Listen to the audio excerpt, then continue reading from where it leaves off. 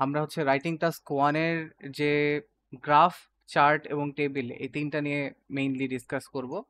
এবং এই ৩ টাই কিন্তু হচ্ছে বলা যায় যে মানে সবচেয়ে বেশি টাইমস এসে থাকে আরকি। ঠিক আছে? মানে এটা এই গ্রাফ এবং চার্ট হচ্ছে যদি মিলে যায় স্টুডেন্টরা খুশি হয়ে থাকে এই ৩ টা মিলে গেলে আরকি। টেবিলস তো আসলে শুধু বাই ইটসেলফ আ খুব একটা বেশি থাকে না।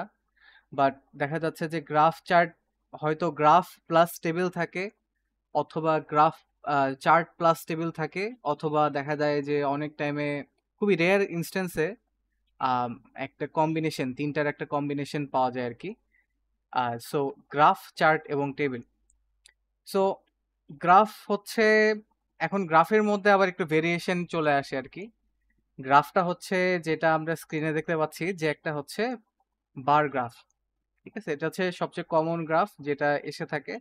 আরেকটা হচ্ছে লাইন গ্রাফ। সো এই ২ টা কিন্তু খুবই কমন বার গ্রাফ এবং লাইন গ্রাফ এবং এই ২ টা জিনিস থেকে আপনি যে ডেটাটা বের করবেন এইটাই কিন্তু আসলে আ এইটাই কিন্তু আসলে দেখা যাচ্ছে যে অনেকটা ইজিয়ার হয়ে থাকে আরকি।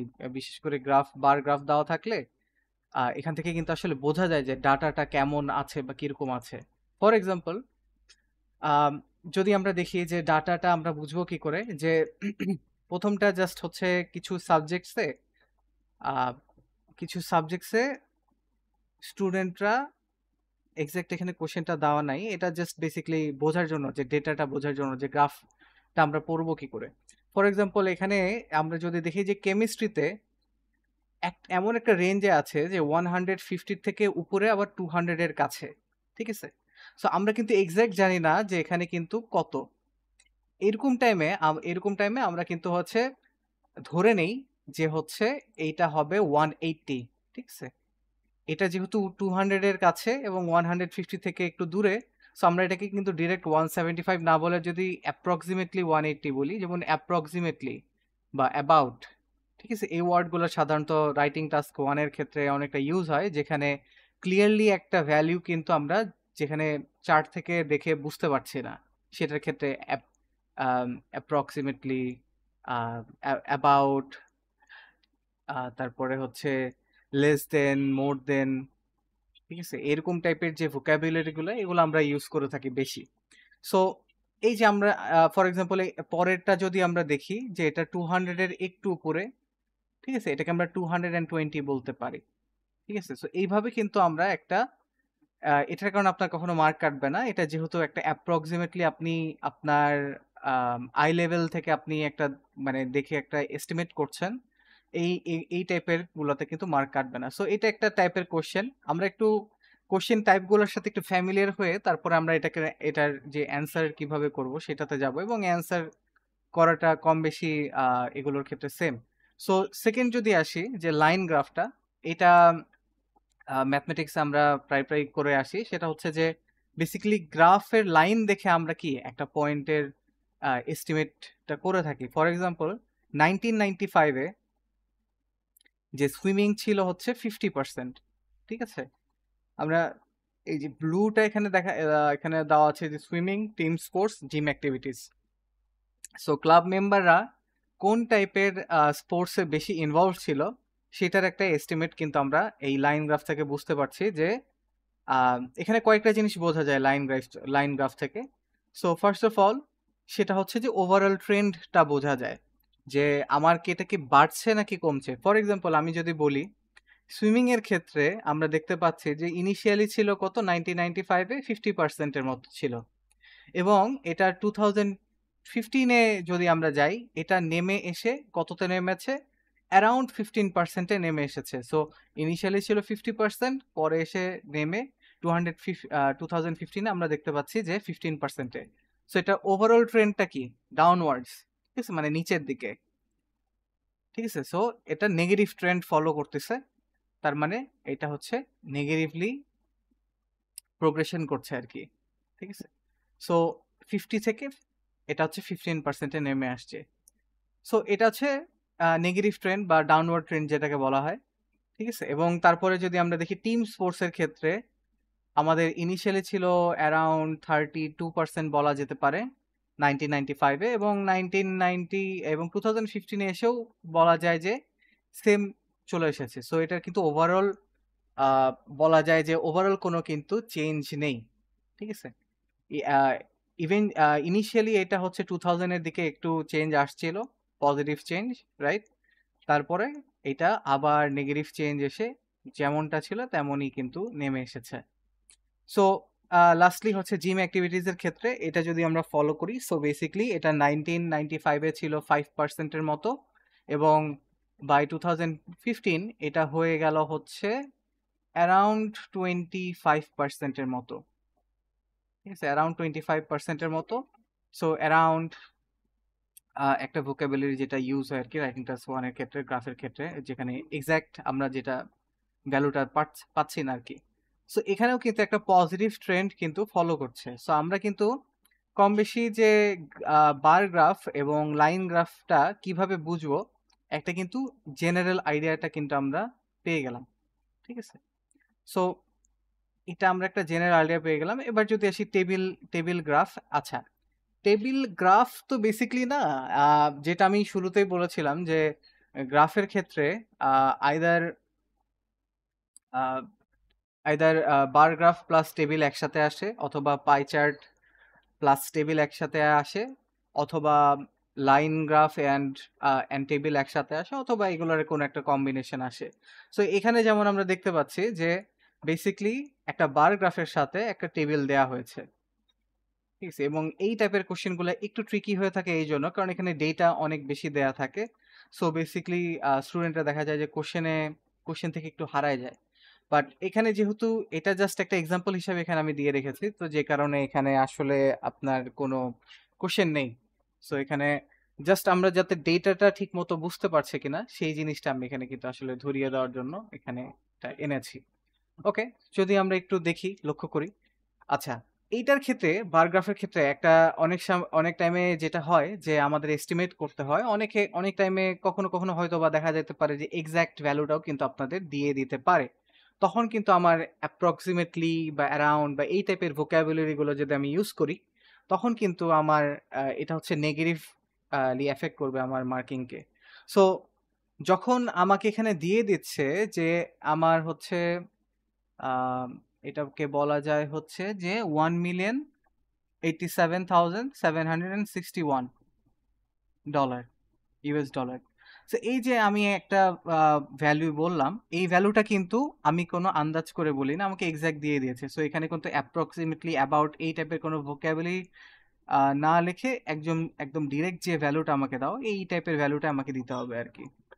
সো এটা বেসিক্যালি কি টোটাল সেলস অ্যাক্রস রিজনস এখানে দেয়া Africa, Asia, Canada, Pacific and United states এবং নিচে টোটাল সেলস দেওয়া এবং number of stores per reason এবং এই সব আহ, বলা যায় যে অ্যাক্সেসরিজ বা ক্লোদিং এর যে কতগুলো স্টোর আছে এই ডিফারেন্ট রিজনে সেটাও কিন্তু এখানে একটা এস্টিমেট দেওয়া। ফর এক্সাম্পল, বুটের ক্ষেত্রে আমরা দেখতে পাচ্ছি যে আফ্রিকায় 140 বুটস আছে, মানে বুটসের সব স্টোর আছে। ঠিক আছে? আফ্রিকায় 140 স্টোর আছে। তো মেন্স ক্যাজুয়াল ক্লোদিং এর ক্ষেত্রে 37। ঠিক আছে? সো এইটা বেসিক্যালি দেওয়া যে আপনি কত ভালো করে একটা ভ্যালুটা বের করতে পারছেন আর কি। ঠিক আছে? সো সেইভাবে দেওয়া যেমন আমরা সো এখানে একটা জিনিস যেটা আমাদের আহ, এখানে লক্ষণীয় আর কি, এখানে কিন্তু দুই ভাবে বেসিক্যালি আমাদের মার্কিংটা আছে। ঠিক আছে? আমাদের কিন্তু এখানে দুই ভাবে কিন্তু ভ্যালু দেওয়া আছে, একটা হচ্ছে সেলস এর ক্ষেত্রে, আরেকটা হচ্ছে আমার যে স্টোর নাম্বার অফ ক্ষেত্রে। এবং আপনাকে একটা জিনিস যেটা বুঝে নিতে হবে যে ফার্স্ট রোটা যেটা আমি দেখতে পাচ্ছি এখানে, এটা কিন্তু আফ্রিকার। সো নিচের যে স্টোর নাম্বারগুলো দেওয়া এটা কিন্তু আফ্রিকার, পরেরটা কিন্তু এশিয়ার, পরেরটা কিন্তু কানাডার। ঠিক আছে? পরেরটা কিন্তু প্যাসিফিক, পরেরটা হচ্ছে ইউনাইটেড স্টেটস। সো এটা কিন্তু সেম লেভেলে একইভাবে ডিভাইড করে দেওয়া ভ্যালুগুলো যেন মানে আপনি বুঝতে পারেন আর কি। সো এইভাবেও কিন্তু আপনার কোশ্চেনগুলো আসতে পারে। সো এই কোশ্চেনগুলো দেখে আগে ভয় পাওয়ার কিছু নাই, কারণ এগুলো জাস্ট এক্সাম্পল হিসাবে আনা যে ডাটাগুলো আমি বুঝতে পারছি কিনা সেটার জন্য। আচ্ছা, এইবার আসি যে আমাদের গ্রাফ নিয়ে আমরা বললাম যে প্রথমত গ্রাফ, চার্ট এবং টেবিল, আমাদের আজকের টপিক হচ্ছে এই তিনটা মেইনলি। ঠিক আছে? সো চার্ট নিয়ে আমরা একটু ডিসকাস করি। চার্টের ক্ষেত্রে আম হতে পারে যে একটা চার্ট দেয়া, হতে পারে একটা চার্ট দেয়া অর আপনার মাল্টিপল চার্টস দেয়া থাকতে পারে অথবা মাল্টিপল চার্টস অ্যান্ড টেবলসও দেয়া থাকতে পারে, একসাথে থাকতে পারে। সো চার্টের ক্ষেত্রে যদি একটা সিঙ্গেল চার্ট দেয়া থাকে, that makes life a lot easier, যে আপনি খুব সহজেই তখন বুঝতে পারবেন যে আসলে এখানে আপনার কাছে কি চাওয়া হচ্ছে এবং এটা অ্যান্সার করাটাও ইজিয়ার হয়ে যায় আরকি।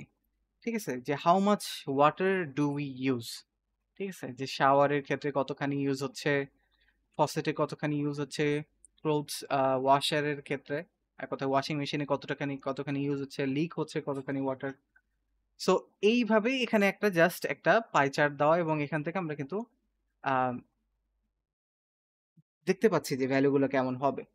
এখন নরমালি এরকম টাইপ অফ পাই চার্টের ক্ষেত্রে যে কোয়েশ্চেনটা করা থাকে যে বেসিক্যালি যে এটা নিয়ে বলবে, ফর এক্সাম্পল আমি একটা এক্সাম্পলে যাই। আচ্ছা, সো আমি এখানে একটা এক্সাম্পল বের করেছি ক্যামব্রিজ বই থেকে। সো এখানে দেখা যাচ্ছে যে কোশ্চেনে বলছে যে you should spend about 20 minutes on this task. The charts below show the average percentage in typical meals of three types of nutrients, all of which may be unhealthy if eaten too much. Summarize the information by selecting and reporting the main features and make comparisons where relevant. আচ্ছা, writing task ওয়ানে আমাদের main যে কাজ করতে হয় in most cases, সেটা হচ্ছে যে আমাদেরকে যে ইনফরমেশনটা প্রোভাইড করা হয়েছে, হোক সেটা গ্রাফের মাধ্যমে, হোক সেটা পাই চার্টের মাধ্যমে বা একটা মিক্সের মাধ্যমে, আমাদের কি করতে হবে যে এই ডায়াগ্রামগুলোর মেইন ফিচার মানে কি? মেইন ফিচার মানে যে যেটা ক্লিয়ারলি ভিজিবল, ঠিক আছে? যেটা আমাদের চোখে বাজে যে হ্যাঁ, এটা এতখানি আছে। তো আমি যদি আমাদের আগেকার এক্সাম্পলে ব্যাক যাই, এই পাই চার্টের মেইন ফিচার গুলো কি? এই পাই চার্টের মেইন ফিচার হচ্ছে হাইয়েস্ট ইউসেজ অফ ওয়াটার কোথায় হচ্ছে, ঠিক আছে? টয়লেটে। তারপরে লোয়েস্ট ইউসেজ অফ ওয়াটার কোথায় হচ্ছে? 5.3%, এটা হচ্ছে আদার। সো এই যে আমি হাইয়েস্ট এবং লোয়েস্ট বললাম, এগুলো কি মেইন ফিচার হিসাবে, এগুলোই কিন্তু মেইন ফিচার বেসিক্যালি। ঠিক আছে? এটা পাই চার্টের এই একটা সিঙ্গেল পাই চার্টের ক্ষেত্রে বললাম। সেকেন্ড, তারপরে আমরা যদি ফর এক্সাম্পল আগের টেবিল গ্রাফ, বার গ্রাফ সহ যেটা, এখানে যদি বলি মেইন ফিচারটা কি? এখানে মেইন ফিচারটা হতে পারে যে সবচেয়ে বেশি সেলস কার হচ্ছে, সবচেয়ে বেশি সেলস কার হচ্ছে, ঠিক আছে? তারপরে সবচেয়ে কম সেলস কার হচ্ছে এবং স্টোর অনুযায়ী according to the number of stores কার সেলসটা ইন এভারেজ সবচেয়ে বেশি, মানে স্টোর সবচেয়ে কম থেকেও কার সেলস সবচেয়ে বেশি। সো এটা হচ্ছে আমি এই যে এভারেজ যে বের করার যে বিষয়টা, এটা হচ্ছে আমরা ডিরাইভ করি, ঠিক আছে? বাট মেইন সামারাইজের যে বিষয়টা চলে আসে, যে সামারাইজ করা, সেটা কিন্তু মোস্ট অফ দ্য টাইম আপনার কিন্তু ডায়াগ্রাম থেকে কিন্তু বুঝতে পারা যায়, ঠিক আছে? সো ফর এক্সাম্পল আমাদের আগেকার যে লাইন গ্রাফটার এক্সাম্পল আমরা দেখলাম, এখানে মেইন ফিচারগুলো বেসিক্যালি কি? যে বলা যেতে পারে যে আমাদের টিম স্পোর্টসের খুব একটা বেশি চেঞ্জ নাই। ফ্রম 1995 টু 2015 আমাদের change, there is no change, no overall change, ঠিক আছে? ওভারঅল ওয়ার্ডটা এখানে বেশি ইম্পর্টেন্ট। ওভারঅল মানে যে শেষমেশ দিন শেষে, ঠিক আছে? যে আসলে কোনো চেঞ্জ নাই। আচ্ছা, বাট ইনিশিয়ালি যদিও চেঞ্জ ছিল, আবার সেটা আবার ডিক্রিজ করে, রাইট? সো সুইমিং এর ক্ষেত্রে ওভারঅল কি একটা নেগেটিভ ট্রেন্ড আমরা দেখতে পাচ্ছি। তারপরে হচ্ছে বলা যায় যে জিম অ্যাক্টিভিটিজ এর ক্ষেত্রে ওভারঅল একটা পজিটিভ চেঞ্জ আছে। সো এই যে জিনিসগুলো আমি গ্রাফ থেকে বলতেছি, পার্সেন্টেজ ওয়াইজ আমি উল্লেখ করে বলবো, এগুলোই হচ্ছে মেইন ফিচার, ভ্যালু সহ বলা। বা বার গ্রাফের ক্ষেত্রে আমরা যদি বলি যে কোন সাবজেক্টে কত স্টুডেন্ট, ফর এক্সাম্পল হাইয়েস্ট কোনটাতে, লোয়েস্ট কোনটাতে, রাইট? এগুলো হচ্ছে main feature. Most of the time যখন সিঙ্গেল টাইপের কোনো চার্ট দেওয়া থাকে বা গ্রাফ দেয়া থাকে, মোস্ট অফ দ্য টাইম দেখা যায় যে হাইয়েস্ট বা লোয়েস্ট এটাই হচ্ছে মেইন ফিচার হয়ে যায় আরকি। এবং সিমিলার যে ভ্যালুগুলো, সেগুলো বেসিক্যালি রিপোর্টিং এ চলে আসে। So basically highest and lowest চলে আসে। তারপরে সিমিলার, ঠিক আছে? সিমিলারলি পজিটিভ, সিমিলারলি নেগেটিভ, এরকম কিন্তু চলে আসে। সো আমি জাস্ট একটা ওভারঅল আইডিয়া দিচ্ছি। আমরা অবশ্যই রাইটিং এ যখন ডিরেক্ট যাব, স্ট্রাকচার ওয়াইজ যখন যাব, তখন ব্যাপারটা আরো বেশি ক্লিয়ার হয়ে আসবে। বাট বেসিক্যালি আমি এতক্ষণ যেটা দেখালাম যে আমাদের ডিফারেন্ট গ্রাফ থেকে এবং চার্ট থেকে কিভাবে আমরা ভ্যালুটা বের করব। So multiple charts and tables এর যেটা আমরা বলছিলাম, সেটা এই নিচের এই এক্সাম্পলটা একটু দেখি তার একটু বেটার আন্ডারস্ট্যান্ডিং এর জন্য। আচ্ছা, এখানে কোশ্চেনে বলা হচ্ছে the pie charts and table give information about the total value and sources of fish imported to the US between 1988 and 2000। So এখানে অ্যারাউন্ড অ্যান এরা, অর্থাৎ 12 বছরে আমার ইউএস এর যে ফিশ যে ইম্পোর্ট, সেটার একটা ভ্যালু এখানে দেয়া হয়েছে in billions of dollars. So 1988 এ দেখা যাচ্ছে যে $6.57 বিলিয়ন ছিল, 1992 তে $8.52 বিলিয়ন ছিল এবং 2000 এ $10.72 বিলিয়ন।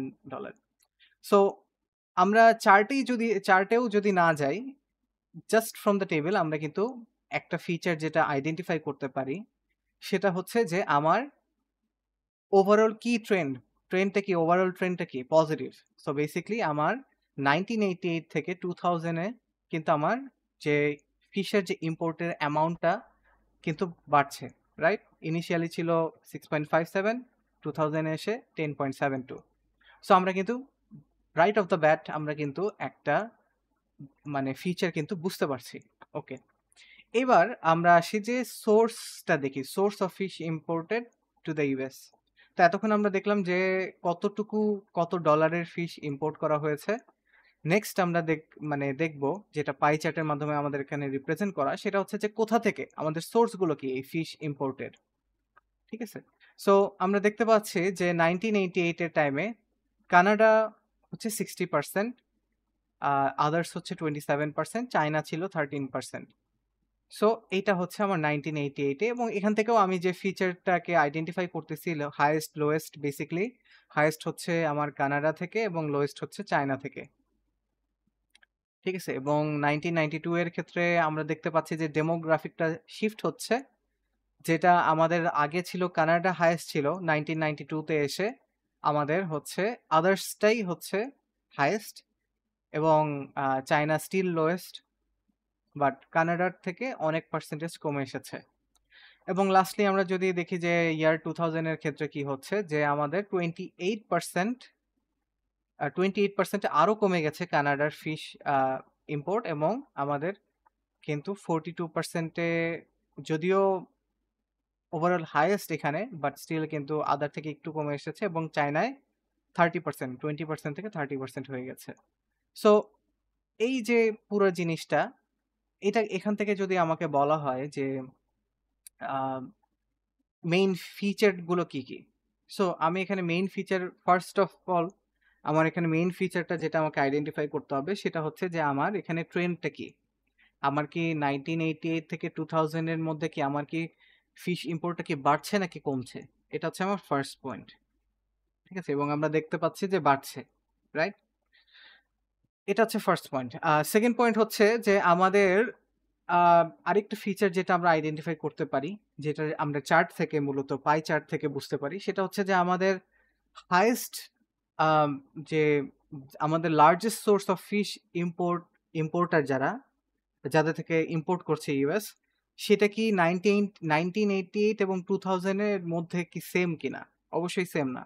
সো ইনিশিয়ালি কানাডা ছিল, বাট এগেন কি আদার হয়ে গেছে। এবং আমরা জাস্ট আদার ফিচার হিসাবে, মেইন সাইড ফিচার হিসাবে আমরা চায়নার বিষয়টা উল্লেখ করব, যে ইনিশিয়ালি 13% ছিল, যদিও 30%-এ অ্যাট 2000 ইয়ারে এসে 30%-এ এসে রিচ করেছে, বাট স্টিল এটা এখনো হাইয়েস্ট না।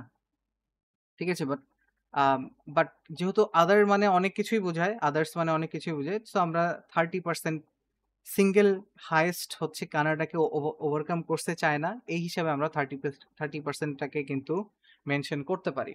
ঠিক আছে, সো এই যে আমরা মূলত graph, different type of graph দেখলাম, পাই চার্ট দেখলাম, এবং এটার সাথে টেবিলের থেকেও যে ইনফরমেশনটা দেওয়া হয়, সেটার একটা আমরা জাস্ট কিভাবে ইনফরমেশন গুলো বের করব, আমরা বুঝতে পারবো, সেটার কিন্তু একটা জাস্ট ওভারঅল আইডিয়া দিলাম আপনাদেরকে। ঠিক আছে। সো এবার আমরা স্ট্রাকচারে একটু চলে যাব আরকি, রাইটিং স্ট্রাকচারে। এবং একটা জিনিস যেটা আমরা সবাই কমবেশি জানি, সেটা হচ্ছে যে আমাদের কিন্তু writing task 1 A at least 150 ওয়ার্ডস বলা থাকে। এবং দেখা যায় যে স্টুডেন্টরা যে কাজটা করে যে তারা কিন্তু আ অনেক টাইমে আসলে স্টুডেন্টরা লেখে, কম লেখে, এটা আসলে কম হয়। মোস্ট অফ দ্যা টাইম তারা বেশি লিখে ফেলে এবং লিখতে দেখা যায় যে 200 ওয়ার্ডস পার হয়ে যায়। সো একটা ভালো রেঞ্জ যেটা আমি সবসময় স্টুডেন্টদেরকে সাজেস্ট করি যে 150 থেকে 180, this is a good range. এর বেশি চলে যাওয়া মানে আমি হয়তোবা এক্সেস কিছু লিখে ফেলছি যেটার আসলে আমার এখানে কিন্তু কোনো মানে প্রয়োজন নেই আরকি। তখন দেখা যায় যে আর বেশি লিখলে বেশি মার্ক কাটার জায়গাও বেড়ে যায়। সো অবশ্যই আমাদের মেইন পয়েন্টস গুলো এবং আমাকে কোয়েশ্চেনে কি চাওয়া হচ্ছে, এটাকে যদি আমি প্রপারলি আইডেন্টিফাই করতে পারি, সেই অনুযায়ী আমি যদি লিখতে পারি, I think that that's more than enough যে আপনার এই রাইটিং টাস্ক 1 এ ভালো একটা স্কোর তোলার জন্য that's more than enough। আচ্ছা, আরেকটা জিনিস আ যেটা না বললেই নয়, সেটা হচ্ছে যে কারণ আমাদের আসলে মার্কিংটা কিভাবে করতে হয়, সেটা আমি একটু ১ সেকেন্ড। সাদ ভাই,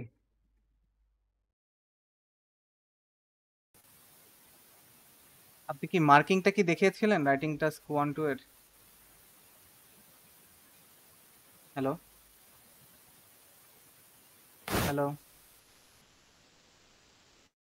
in detail আলোচনা করেন। জি ভাই? বললাম আমি হালকা আলোচনা করেছিলাম। আপনি in আচ্ছা, detail আলোচনা করেন ওকে, আমাদের সাথে। ওকে। ঠিক আছে। আমি তাহলে রাইটিং রাইটিং এর যে স্কোর করা নিয়ে আরেকটু ইন ডিটেইল আলোচনা করতেছি। আচ্ছা। সো বেসিক্যালি যে কাজটা করা হয় সেটা হচ্ছে যে রাইটিং টাস্ক 1 এ এবং 2 তে আমরা ২ টার ক্ষেত্রে আসলে ভাগ করে নিই। এবং যদি আপনি রাইটিং টাস্ক 1 এ অনেক টাইমে করে কি স্টুডেন্টরা যে রাইটিং টাস্ক 2 তে তারা ফোকাস দিতে যেয়ে রাইটিং টাস্ক 1 এ কিন্তু তারা দেখা যাচ্ছে যে ঠিক মতন ফোকাস দেয় না। যে কারণে যেখানে রাইটিং টাস্ক 1 এবং 2 এ কিন্তু যে আ এটা একটা মিথ। অনেকে মনে করে যে হয়তোবা রাইটিং টাস্ক 2 তে হয়তো বেশি মার্ক আছে। বাট ইন রিয়ালিটি যেটা ট্রু যে ২ টার ক্ষেত্রে কিন্তু মার্কিং সেম। সো আপনি যদি রাইটিং টাস্ক 1 এ যদি একটা ভালো স্কোর তুলতে পারেন, that will be very beneficial for your grades আরকি। যে আপনার স্কোরের জন্য সেটা খুবই কাজে দেবে। যেহেতু রাইটিং টাস্ক 1 এ মার্ক তোলাটা is way easier than writing task 2। ঠিক আছে? সো আমরা একটু জাস্ট কিছু মার্কিংটা কিভাবে করা হয় সেটার একটু আলোচনাটা এইজন্য আমি মনে করি যে দরকার। কারণ আপনি যখন বুঝতে পারবেন যে আপনি কোথায় আপনার মার্ক চলে যাচ্ছে, তখন কিন্তু আপনি সেই জিনিসটাতে ফোকাস দিতে পারবেন। ঠিক আছে? এবং আমরা আ আপনারা যারা স্পিকিং টেস্ট করেছিলেন যে আমরা কিন্তু রাইটিং আ স্পিকিং এর যে মার্কিং সেটা নিয়ে আলোচনা করেছিলাম। আ সেটা সেটার কিছু বিষয় রাইটিং এও চলে আসে বাট একটু ডিফারেন্ট, একটু ডিফারেন্ট। ফর এক্সাম্পল এখানে তো প্রোনাউন্সিয়েশন এর কিছু নাই। প্রোনাউন্সিয়েশন এর কিছু নাই। আ সো তো আমরা যদি ফার্স্ট অফ অল আমাদের হচ্ছে আ রাইটিং ২ টার ক্ষেত্রেই যে মার্কিংটা করা হয় যে টাস্ক অ্যাচিভমেন্ট। টাস্ক অ্যাচিভমেন্ট জিনিসটাকে যদি আমার ডিসক্রাইব মানে একটু এক্সপ্লেইন করতে হয়, বেসিক্যালি আমাকে কোয়েশ্চেন এ যে জিনিসগুলো চাওয়া হচ্ছে, আমি সেই জিনিসগুলো ফুলফিল করছি কিনা। ফর এক্সাম্পল রাইটিং টাস্ক 1 এর ক্ষেত্রে আমরা যদি এই এক্সাম্পলটাকে দেখি যে summarise the information by selecting and reporting the main features and make comparisons where relevant. So basically আমার এখানে কোয়েশ্চেনের আমার কাছে চাওয়া হচ্ছে কোন জিনিসটা? আমার কাছে চাওয়া হচ্ছে যে summarise the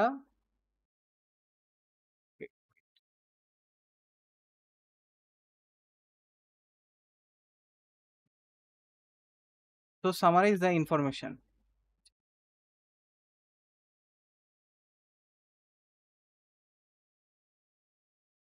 summarise the information. So আমার কোয়েশ্চেনে চাওয়া হচ্ছে যে আমি ইনফরমেশনের একটা সামারি দিব, রাইট? এখন by selecting, reporting the main features and make comparisons where relevant. So আমার মেইন কোয়েশ্চেনটা কিন্তু এখানে যে আমাকে যে ইনফরমেশনটা প্রেজেন্ট করা হয়েছে সেটার একটা সামারি শো করতে হবে। সারাংশ মানে ওভারঅল যে আমার ইনফরমেশন যেসব জিনিস দেয়া আছে সেটার একটা যাতে যেন কেউ আমার রাইটিংটা পড়ে একটা কমপ্লিট পিকচার পায়, রাইট? যে আমাকে কি, কি ইনফরমেশন দেওয়া হয়েছিল। সো এই এই সামারিটা আমাকে দিতে হবে। রিপোর্টিং দ্য মেইন ফিচার, আমরা যে ফিচারগুলার কথা বলছিলাম, যে আমাদের ডায়াগ্রাম থেকে আমরা যে ফিচারগুলোকে আইডেন্টিফাই করব, সেই ফিচারগুলাকে আমাকে মেনশন করতে হবে। এখন রিপোর্টিং মানে হচ্ছে উইথ নাম্বার, ঠিক আছে? রিপোর্টিং জিনিসটাই যেখানে লেখা থাকবে সেখানে আসলে বোঝানো হচ্ছে যে আমাকে পার্সেন্টেজটা মেনশন করতে হবে। সো বেসিক্যালি আমার নাম্বারস নিয়ে বলতে হবে। সো আমার নাম্বারস গুলাকে এখানে উল্লেখ করতে হবে, right? And make comparisons where relevant, এবং আমার যে কম্পেয়ার করতে হবে এবং কম্প্যারিজনসটাকে আমাকে লিখতে হবে আর কি। এই যে ফর এক্সাম্পল এখানে সোডিয়াম আছে, স্যাচুরেট ফ্যাট আছে, অ্যাডেড সুগার আছে। সো যেখানে আমি কম্প্যারিজন টানতে পারবো, ফর এক্সাম্পল মানুষ ডিনারে কতটুকু খাচ্ছে, ডিনারে হয়তো আমি কম্প্যারিজন টানলাম কতটুকু ইনটেক নিচ্ছে মানুষ সোডিয়ামের, স্যাচুরেটেড ফ্যাটের, অ্যাডেড সুগারের, রাইট? বা লাঞ্চের ক্ষেত্রে কতটুকু নিচ্ছে। এই যে আমি ডিফারেন্ট টাইমের জন্য যে আমি পার্সেন্টেজ গুলোকে কম্পেয়ার করব, ঠিক আছে? এবং এটা অবশ্যই আমরা দেখব সামনে কিভাবে করতে হয়, যে একটা অর্গানাইজড ভাবে স্ট্রাকচারড ওয়েতে যেন আমি মানে মেইন কোশ্চেনে আমার কাছে যেসব জিনিস চাওয়া হচ্ছে সেটাকে আমরা ফুলফিল করতে পারি। সো এইটা যদি আমি ঠিকভাবে করতে পারি তাহলে আমার টাস্ক অ্যাচিভমেন্টে আমি কিন্তু 9 এ 9 তুলতে পারবো। সো বেসিক্যালি আমি যদি কোশ্চেনের যদি আমি যেই জিনিসগুলো সামারি, রিপোর্টিং, কম্প্যারিজনস, এগুলো আমার কাছে যেগুলো চাওয়া হচ্ছে এগুলো যদি আমি ভালোভাবে ফুটিয়ে তুলতে পারি তাহলেই কিন্তু আমি টাস্ক অ্যাচিভমেন্টে কিন্তু 9 তুলতে পারবো। নেক্সট আসি কোহিয়ারেন্স and cohesion, right? কোহিয়ারেন্স and cohesion জিনিসটা কি? কোহিরেন্স মানে যে সামঞ্জস্যতা, এক কথায় আমি যে পুরা রাইটিংটা লিখবো ব্যাপারটা যেন এমন থাকে যে একটা রাইটিং একটা প্যারাগ্রাফের সাথে আমার যদি মাল্টিপল প্যারাগ্রাফ থাকে, একটা প্যারাগ্রাফের সাথে আরেকটা প্যারাগ্রাফ যেন কানেক্টেড থাকে সিমলেসলি, যাতে একটা থেকে আরেকটাতে আমরা যেতে পারি, এবং রাইটিং এর স্টাইলের মধ্যে যেন কম বেশি না হয়, এমন যেন না হয় যে আমরা যে ফোর্সফুলি আমরা দেখা যাচ্ছে যে ভোকাবুলারি ইউজ করতেছি, বা ফোর্সফুলি আমরা মানে বিভিন্ন জিনিস হয়তো উল্লেখ করতেছি যেটা আসলে আমাদের মেনশন করার কোনো দরকার ছিল না, ঠিক আছে? ব্যাপারটা যেন একটা কমপ্লিট একটা মনে হচ্ছে যে একটা আর্টিস্ট সে যখন আঁকে তখন আর্ট করে তখন কিন্তু কমপ্লিট পিকচারের মধ্যে যখন কোনো জায়গায় কম বেশি হয়ে যায় যেটা মেইন অরিজিনাল পেইন্টিং এর সাথে যায় না, তখন কিন্তু ব্যাপারটা কিন্তু চোখে পড়ে, চোখে লাগে। এই কোহিরেন্স এন্ড কোহিশনের বিষয়টাও তেমন। কোহিশন হচ্ছে যে পুরোটা মেক সেন্স করছে কিনা, আর কোহিরেন্স হচ্ছে যে আমার পুরো রাইটিং এর মধ্যে যে আমি কানেক্ট করে গেছি আর কি, প্যারাগ্রাফ গুলোকে, সেন্টেন্স গুলোকে ঠিকভাবে স্ট্রাকচার করা, এইটা ঠিকভাবে কাজ করছে কিনা, ঠিক আছে? এটা হচ্ছে কোহিরেন্স এন্ড কোহিশন, এবং পুরোটা একটা কমপ্লিট পিকচার হিসেবে আমাকে ফুল মেসেজটা দিচ্ছে কিনা, এটা হচ্ছে কোহিশনের মধ্যে পড়ে যায় আর কি, যে কমপ্লিট পিকচার দিচ্ছে কিনা। সো এইখানে কিন্তু এটার উপরেও কিন্তু আমার 9 এর উপরে মার্কিং করা হবে। ওকে, এবং থার্ড যে জিনিসটাতে আম, আমরা অনেক বেশি ফোকাস দেই, এবং আহ, এবং ফোকাস দেওয়ার ফলে এখানে আই গেস মার্কস তোলারও আই গেস এখানে ইজিয়ার হয়ে থাকে প্রপারলি ইউজ করতে পারলে, সেটা হচ্ছে যে ভোকাবুলারি বা লেক্সিক্যাল রিসোর্স বলা হয়, রিসোর্সেস। সো ভোকাবুলারির ক্ষেত্রে যে একাডেমিক এবং ফর্মাল ফর্মাল যে ওয়ার্ডস গুলো সেগুলো ইউজ করাটা বেটার, এবং স্পেলিং এর দিকে নজর রাখা, ভেরিয়েশন করা, যে আমরা যেন সেম টাইপ অফ ওয়ার্ডস যেন বারবার রিপিট না করি, যেগুলো বারবার ফর এক্সাম্পল আমি যদি বারবার লেস দেন, মোর দেন না ইউজ করে আমি এগুলোর এগেনস্টে আমি কিন্তু আরো একটু বেটার ওয়ার্ডস ইউজ করতে পারি, বা ফর এক্সাম্পল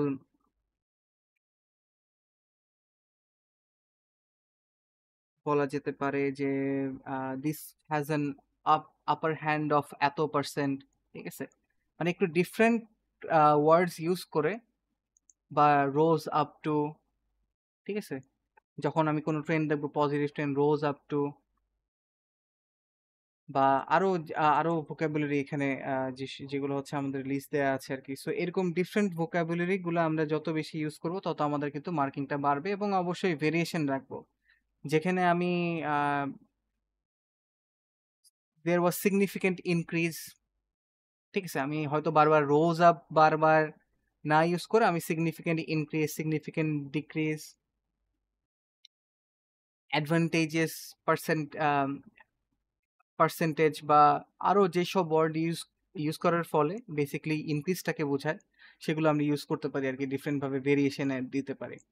ওকে, এখানে 9, এখানেও 9 এর মধ্যে মার্কিংটা করা হবে। এবং লাস্টলি যেটা হচ্ছে গ্রামাটিক্যাল অ্যাকুরেসি, যেখানে টেন্স, প্রপার টেন্স ইউজ হচ্ছে কিনা, সেন্টেন্স গুলো প্রপারলি ইউজ হচ্ছে কিনা, সিম্পল, কমপ্লেক্স, কম্পাউন্ড বা কমপ্লেক্স কম্পাউন্ড সেন্টেন্স, এই স্ট্রাকচারগুলো প্রপারলি মানে ইউজ করা হচ্ছে কিনা সেটা দেখা হবে। এবং লাস্টলি পাংচুয়েশনটা আর কি, এটার উপরেও মার্কিংটা করা হবে।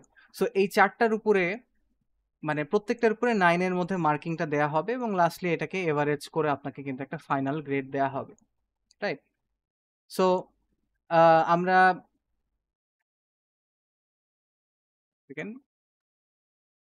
আমরা সামনে আরো যে সেন্টেন্সের যে স্ট্রাকচার বা এগুলো নিয়ে আরো ডিটেলস, অলরেডি গ্রামারের কিছু বিষয় উল্লেখ করা হয়েছে আমি যত জানি।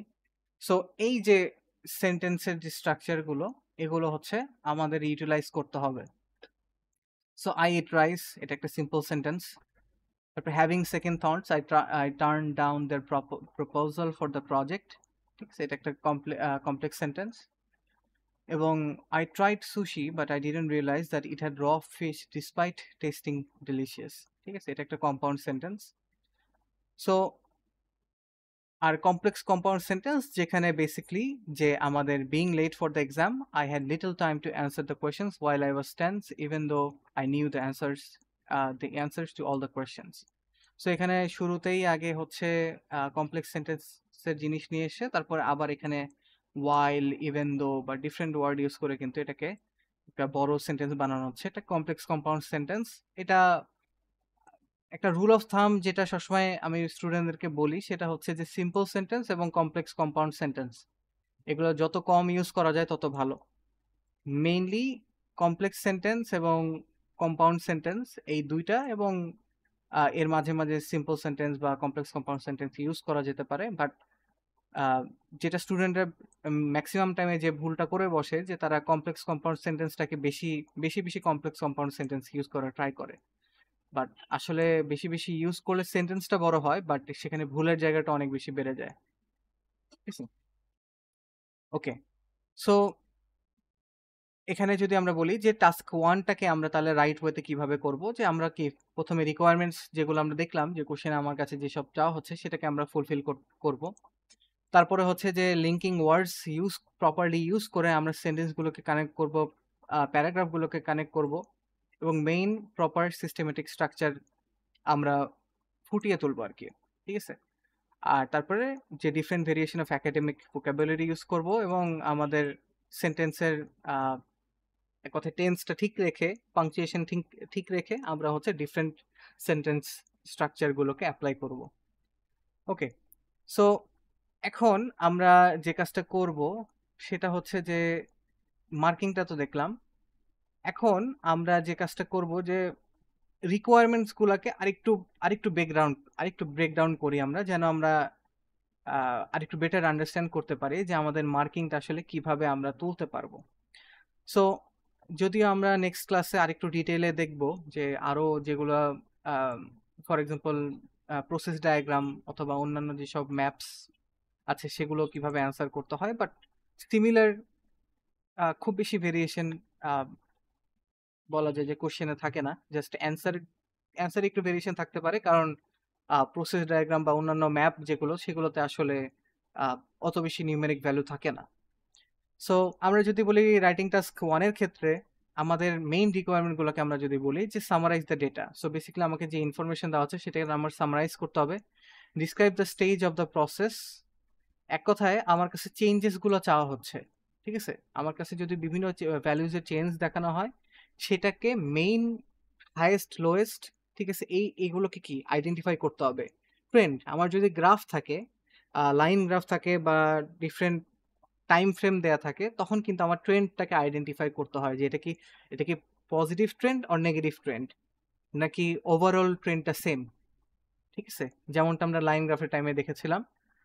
আর তারপরে describe the events of the data, highest lowest average, এই জিনিসগুলোকে আমাদের আইডেন্টিফাই করতে হবে এবং ভ্যালু সহ বলতে হবে, ডিসপ্লে ভ্যালু। তো এই কাজগুলো যদি আমরা করতে পারি প্রত্যেকটা রাইটিং টাস্ক 1 এর জন্য, তাহলে কিন্তু আমাদের যে টাস্ক অ্যাচিভমেন্টটা ফুলফিল হবে প্রপারলি। ওকে, এবার আমরা একটু কিছু এক্সাম্পলে আসি, যেন আমাদের বুঝতে পারি যে আমরা আসলে কিভাবে করতে পারবো। আচ্ছা, সো প্রথমেই চলে আসি যে আমাদের ফার্স্ট প্যারাগ্রাফটা, এটা কম বেশি যারা একটু different types of question, different types of যারা স্যাম্পল অ্যান্সার দেখেছেন, সেটা হচ্ছে যে ফার্স্ট প্যারাগ্রাফটা সবসময় তারা কিন্তু একটা কোশ্চেনের, মানে কোশ্চেনের কিন্তু একটা প্যারাফ্রেজ করে থাকে। ঠিক আছে, এবং এটাই আমি বলবো যে দ্য সেফেস্ট অপশন আর কি, যে রাইটিং টাস্ক 1 এর ক্ষেত্রে যে প্রথমেই তারা হচ্ছে একটা প্যারাফ্রেজ করে কোশ্চেনটার। সো প্রথম প্যারাগ্রাফ যেটা যেটা আমরা প্যারাফ্রেজ করে মানে মেইন আইডিয়াটাকে ফুটাই তুলবো, সেটাকে আমি বলতেছি হচ্ছে থিসিস প্যারাগ্রাফও বলা হয়ে থাকে। রাইটিং টাস্ক 2 তে যখন আমরা যাব তখন দেখবো যে থিসিস প্যারাগ্রাফটা আরো বেশি মানে আরো রাইটিং টাস্ক 2 এর ক্ষেত্রে আরেকটু ডিফারেন্ট হয়ে থাকে আর কি। সো থিসিস প্যারাগ্রাফটা বেসিক্যালি এমন একটা প্যারাগ্রাফ যেটা হচ্ছে আমার পুরা রাইটিং, মানে আমার যে ইনফরমেশনটা নিয়ে আমি কাজ করছি, যে ইনফরমেশন ডেটা সবকিছু নিয়ে আমাকে যেটা দেয়া হয়েছে, এইটার যে মেইন থিমটাকে তুলে তুলে ধরাই হচ্ছে আসলে থিসিস প্যারাগ্রাফের কাজ। সো ফর এক্সাম্পল এখানে আমরা যদি এই এক্সাম্পলটা দেখি, the charts below show the proportions of British students at one university in England who were able to speak other languages in addition to English in 2000 and 2010. So এখানে percentage দেওয়া হচ্ছে, British স্টুডেন্টদের percentage দেয়া, যেখানে যে ইংলিশের পাশাপাশি তারা আর কোন ল্যাঙ্গুয়েজে কথা বলতে পারে সেটার আর কি একটা কম্প্যারিজন দেওয়া। একটা হচ্ছে 2010-এর, একটা 2000-এর, একটা হচ্ছে 2010-এর, রাইট? সো আমাদের প্রথম কাজটা যেটা আমরা করব, যে আমাদের হচ্ছে আমরা ব্রেকডাউন করব, এক কথায় থিসিস প্যারাগ্রাফটা লিখব। সো থিসিস প্যারাগ্রাফটা most of the time the safest option হচ্ছে যে আমরা কোশ্চেনটাকে প্যারাফ্রেজ করে একটু সুন্দর করে লিখব। সো আমাকে যদি এটাকে প্যারাফ্রেজ করে লিখতে হয়, দ্য পাই চার্ট, আচ্ছা এখানে গ্রামাটিক্যাল কিছু মিস্টেক আছে, দ্য পাই চার্টস হবে, চার্টস ডিসপ্লে। আচ্ছা, the pie charts display the proportions of British students at a university in England during year 2000 and 2010 who could communicate in other languages along with English. ঠিক আছে, calibration of the data is পোর্ট্রেড in percentage. এবং এই জিনিসটা কোশ্চেনে যদি দেয়া থাকে, এটা জাস্ট মেনশন করাটা আমি মনে করি যে বেটার, যেহেতু এখানে আমাদেরকে বলে দিছে যে আমাদের পাই চার্টের যে ভ্যালুগুলো এগুলো হচ্ছে পার্সেন্টেজে দেয়া। সো এটা একটা এক্সট্রা আমরা একটা প্যারাগ্রাফ উল্লেখ করতে পারি, সেটা হচ্ছে যে calibration of the data is পোর্ট্রেড in percentage.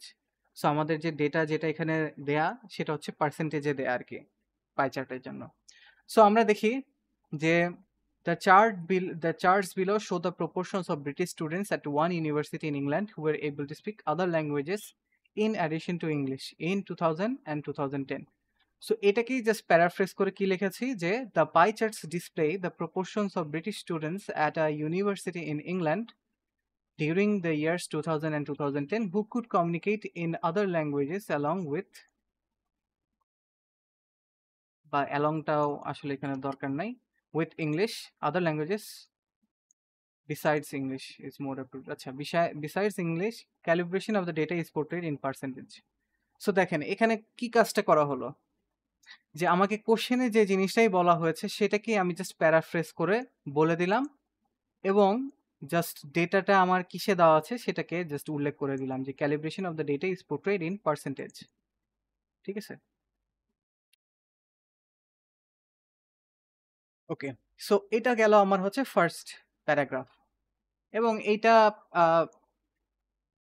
মানে আমরা জাস্ট প্যারাফ্রেজ করে দিব কোশ্চেনের, এবং মোস্ট অফ দ্য টাইম কোশ্চেনেই আপনার থিমটা দেয়া থাকবে। ফর এক্সাম্পল আমরা যদি এই কোশ্চেনটাতে যাই, যে the charts below show the average percentages in typical meals of 3 types of nutrients, all of which may be unhealthy if eaten too much. So এটাকে যদি আমরা একটু প্যারাফ্রেজ করার ট্রাই করি থিসিস সেন্টেন্সের জন্য, সো আমরা বলতে পারি যে the pie charts display, show এর জায়গায় আমরা ডিসপ্লে ইউজ করতেছি, display three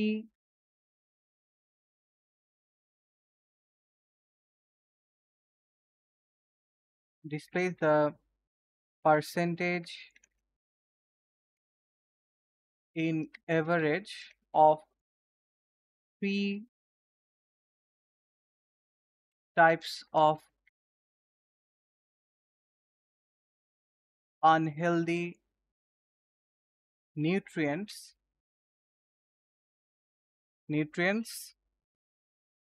that are present in typical meals, which might result in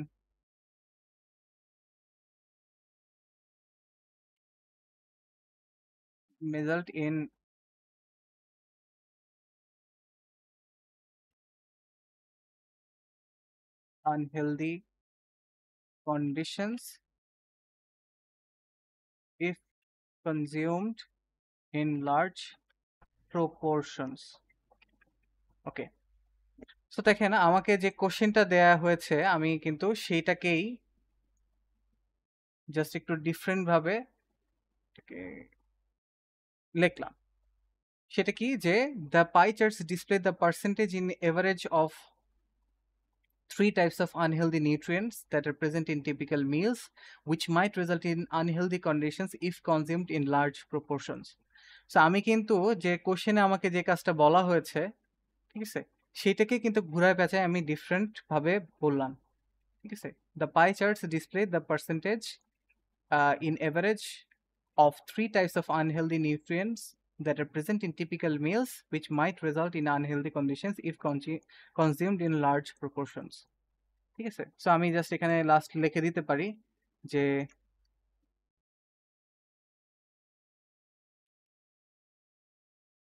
the data has been calibrated in percentage. যদি আমি অলরেডি উপরে একবার উল্লেখ করছি, সো আই গেস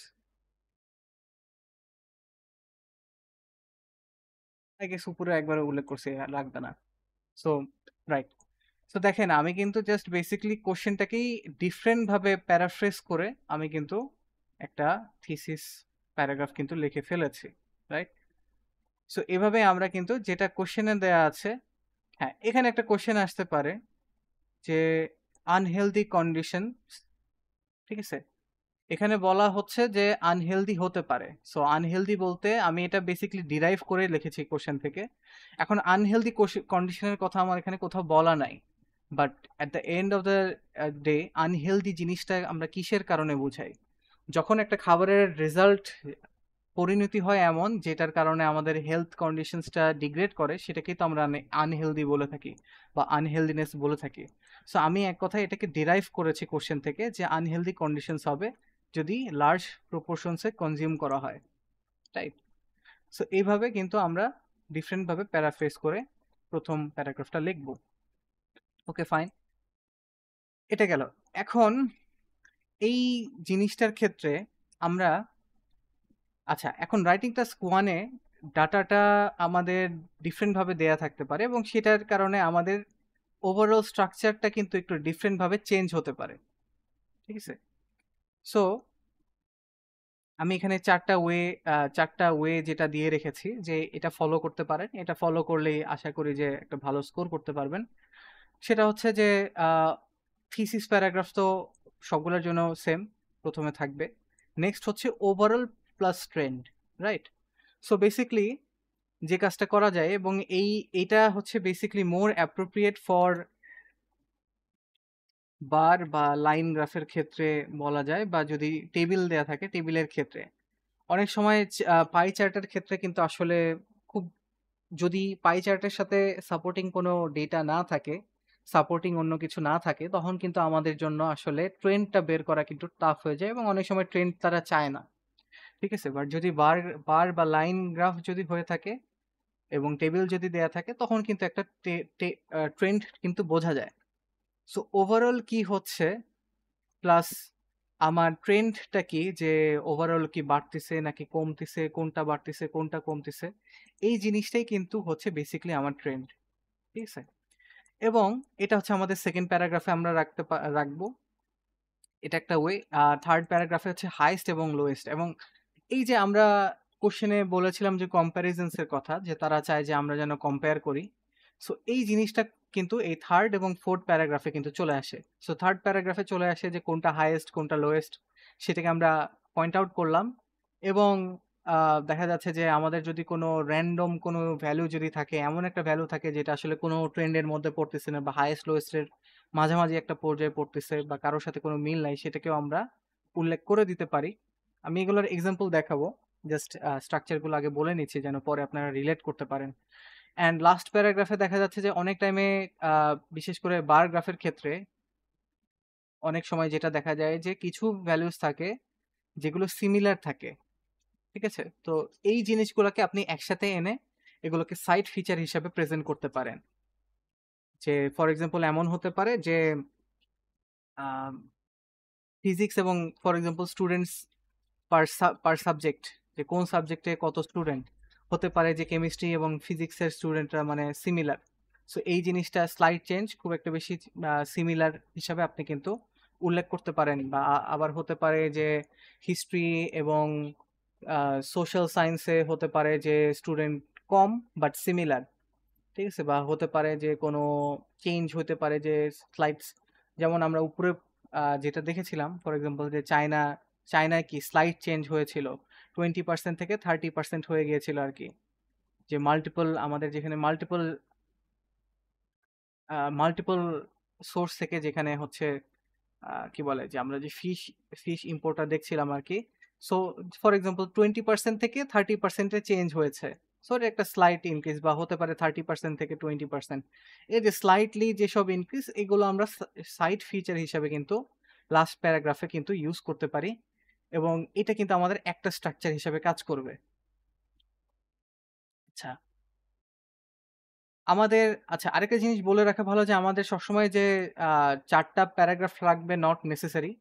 এমনও হতে পারে যে আমার 3টা প্যারাগ্রাফেই কিন্তু হয়ে যাবে। ঠিক আছে? বেসিক্যালি আমার কাছে কোশ্চেনে যেসব জিনিস চাওয়া হচ্ছে সেগুলো আমি প্রপারলি রিপ্রেজেন্ট করতে পারছি কিনা, পোর্ট্রে করে দেখাতে পারছি কিনা, সেটার উপর ডিপেন্ড করে আসলে আমার প্যারাগ্রাফটা 3 হবে নাকি 4 হবে সেটা যেতে হবে। এবং অনেক টাইমে দেখা যায় যে কোশ্চেনের ক্ষেত্রে স্লাইড চেঞ্জের জিনিসটা অনেক সময় দেখা যায় যে এক্সেস হয়ে যায় বা অথবা ওইভাবে নাই। তো তখন আমরা দেখা যাচ্ছে যে লাস্ট প্যারাগ্রাফটাকে আমরা স্কিপ করতে পারি। সো আমি জাস্ট আমাদের উপরে যে এক্সাম্পলটা আছে সেটাকে কন্টিনিউ করি, তাহলে আরেকটু বেটার আইডিয়া পাওয়া যাবে। আচ্ছা, overall and explain. So basically যে জিনিসটা হয় যে আমরা ওভারঅল জিনিসটাকে বলতে পারি এবং সেটাকে এক্সপ্লেইন করি আরকি। এক কথায় এক্সপ্লেইন বলতে এখানে ট্রেন্ডটাই বোঝাচ্ছে। অনেক সময় তো ট্রেন্ড নাও থাকতে পারে। সো দেখা যাবে যে জাস্ট বেসিক্যালি ওভারঅলটাকে আমরা নিয়ে এসে কিভাবে এক্সপ্লেন করব এটা এখানে দেয়া। আচ্ছা, সো দেখি ওভারঅল। তো শুরুতেই আমি বলে দিচ্ছি যে আসলে ওভারঅলটা কি। Overall, the total change in the percentage of languages spoken other than English follows a steady change. So আমরা দেখতে পাচ্ছি যে ইংলিশ শেখা এবং না শেখা 2000 এবং 2000 সালের মধ্যে কিন্তু খুবই কম। ঠিক আছে? যে আমরা দেখতে পাচ্ছি যে নো আদার ল্যাঙ্গুয়েজ এখানে ছিল 20, এখানে হচ্ছে 10%, রাইট? আবার এখানে যে overall the total change in percent of language spoken other than English follows a steady change. এবং আমরা দেখতে পাচ্ছি সবগুলোতে কিন্তু কম বেশি খুব স্টেডি চেঞ্জ আছে, যে 15% থেকে 20%, 30% থেকে 35%, রাইট? 10% থেকে 10%, 15 থেকে 10% ডিক্রিজ, 20 থেকে 20%, খুব আহামরি চেঞ্জ কিন্তু নাই। সো এই জন্য আমি যখন বলতেছি যে ওভারঅল চেঞ্জটা স্টেডি, মানে খুব আহামরি চেঞ্জ না, তখন কিন্তু এটা কিন্তু প্রপারলি রিপ্রেজেন্ট করতেছে এই কোশ্চেনটাকে। আচ্ছা, তারপরে আমরা একটা লিঙ্কিং ওয়ার্ড এখানে ইউজ করেছি যে moreover the highest change in percentage was the decrease of people who only spoke English from 20% to 10%, during the years 2000 and 2010। So এখানে আমরা দেখতে পাচ্ছি সবচেয়ে বেশি চেঞ্জ কি হয়েছে, যে 20% থেকে 10% হয়ে গেছে, যে ইংলিশ বাদে যারা অন্য আর কোনো ভাষা পারতো না এদের পার্সেন্টেজটাকেই ডিক্রিজ করেছে, এবং এটাই সবচেয়ে বেশি ডিক্রিজ। তো আমি ওভারঅলটা হাইয়েস্ট এখানে নিয়ে আসলাম, ঠিক আছে। অন দ্য কন্ট্রারি মানে বিপরীতে, it is quite astonishing that the change in percentage of only German was null since it remains 10% for both 2000 and 2010। So এখানে আমরা দেখতে পাচ্ছি যে আমাদের জার্মানের ক্ষেত্রে আমাদের আগে 10% ছিল, পরেও 10% ছিল। সো বেসিক্যালি চেঞ্জটা কি নাল, নাল মানে কি নো চেঞ্জ। সো এখানে দেখেন, এখানে কিন্তু এখানে আমি কিন্তু এই একটা প্যারাগ্রাফ দিয়েই কিন্তু আমি কিন্তু পুরো ডায়াগ্রামটাকে রিপ্রেজেন্ট করে ফেলছি অলরেডি। সেটা কিভাবে? ওভারঅল চেঞ্জ পুরা ডায়াগ্রামে 2000 এবং 2000 এর চেঞ্জটা কি খুব বেশি? না, সেটা আমি বলে দিলাম প্রথমেই যে ওভারঅল চেঞ্জটা স্টেডি, খুবই কম, ঠিক আছে। এটা হচ্ছে ফার্স্ট পয়েন্ট। সেকেন্ড পয়েন্ট হচ্ছে যে হাইয়েস্ট চেঞ্জ, তার মানে আমরা বুঝলাম যে চেঞ্জগুলো খুব বেশি না। এটা হচ্ছে ফার্স্ট পয়েন্ট। তার মধ্যে খুব বেশি না হলে এটার মধ্যে হাইয়েস্ট চেঞ্জ কোনটা? এটার মধ্যে হাইয়েস্ট চেঞ্জ হচ্ছে যেখানে আমার যারা ইংলিশ ছাড়া অন্য কোনো ল্যাঙ্গুয়েজ পারতো না এদের 20% থেকে 10% হয়ে গেছে, 10% ডিক্রিজ, মানে হাইয়েস্ট চেঞ্জ, ঠিক আছে। চেঞ্জটা সবচেয়ে বেশি, সো আমি বলে দিলাম। এবং সবচেয়ে কম চেঞ্জ কার? যার কোনো চেঞ্জই হয়নি। কার চেঞ্জ হয়নি? যারা শুধু জার্মান পারতো, 10% ছিল 2000 এ, এবং 2010 এ এসেও কি 10%। এবং আপনাদের যদি কোনো কোশ্চেন থাকে অবশ্যই কোশ্চেন করবেন, ঠিক আছে। আমি কিন্তু জাস্ট মানে একের পর এক আমি জাস্ট ইনফরমেশন দিয়েই যাচ্ছি। এটা যখন আপনি নিজে প্র্যাকটিস করতে যাবেন তখন এই জিনিসগুলো তখন আরো বেটার বুঝতে পারবেন আর কি, যে আমি আসলে কিভাবে ফরম্যাট গুলোকে শোকেস করছি।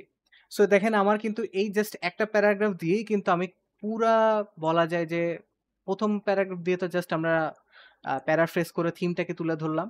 সেকেন্ড প্যারাগ্রাফটাকে কিন্তু আমি বলা যাচ্ছে যে পুরা ওভারঅল যে ইনফরমেশনটাকে কিন্তু আমি অলরেডি প্রেজেন্ট করে ফেলছি, রাইট। আমার জাস্ট খুঁটিনাটি জিনিসগুলোকে, স্পেসিফিক্স গুলাকে আমি কিন্তু সবগুলোকে উল্লেখ করিনি, বাট আমার কিন্তু মেইন যে সব ফিচারগুলা সেটা কিন্তু আমার অলরেডি এখানে প্রেজেন্ট করা কিন্তু শেষ, রাইট।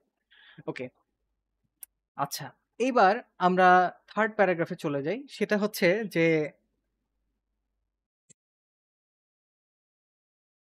যে স্লাইড চেঞ্জ বা সিমিলার চেঞ্জ, রাইট।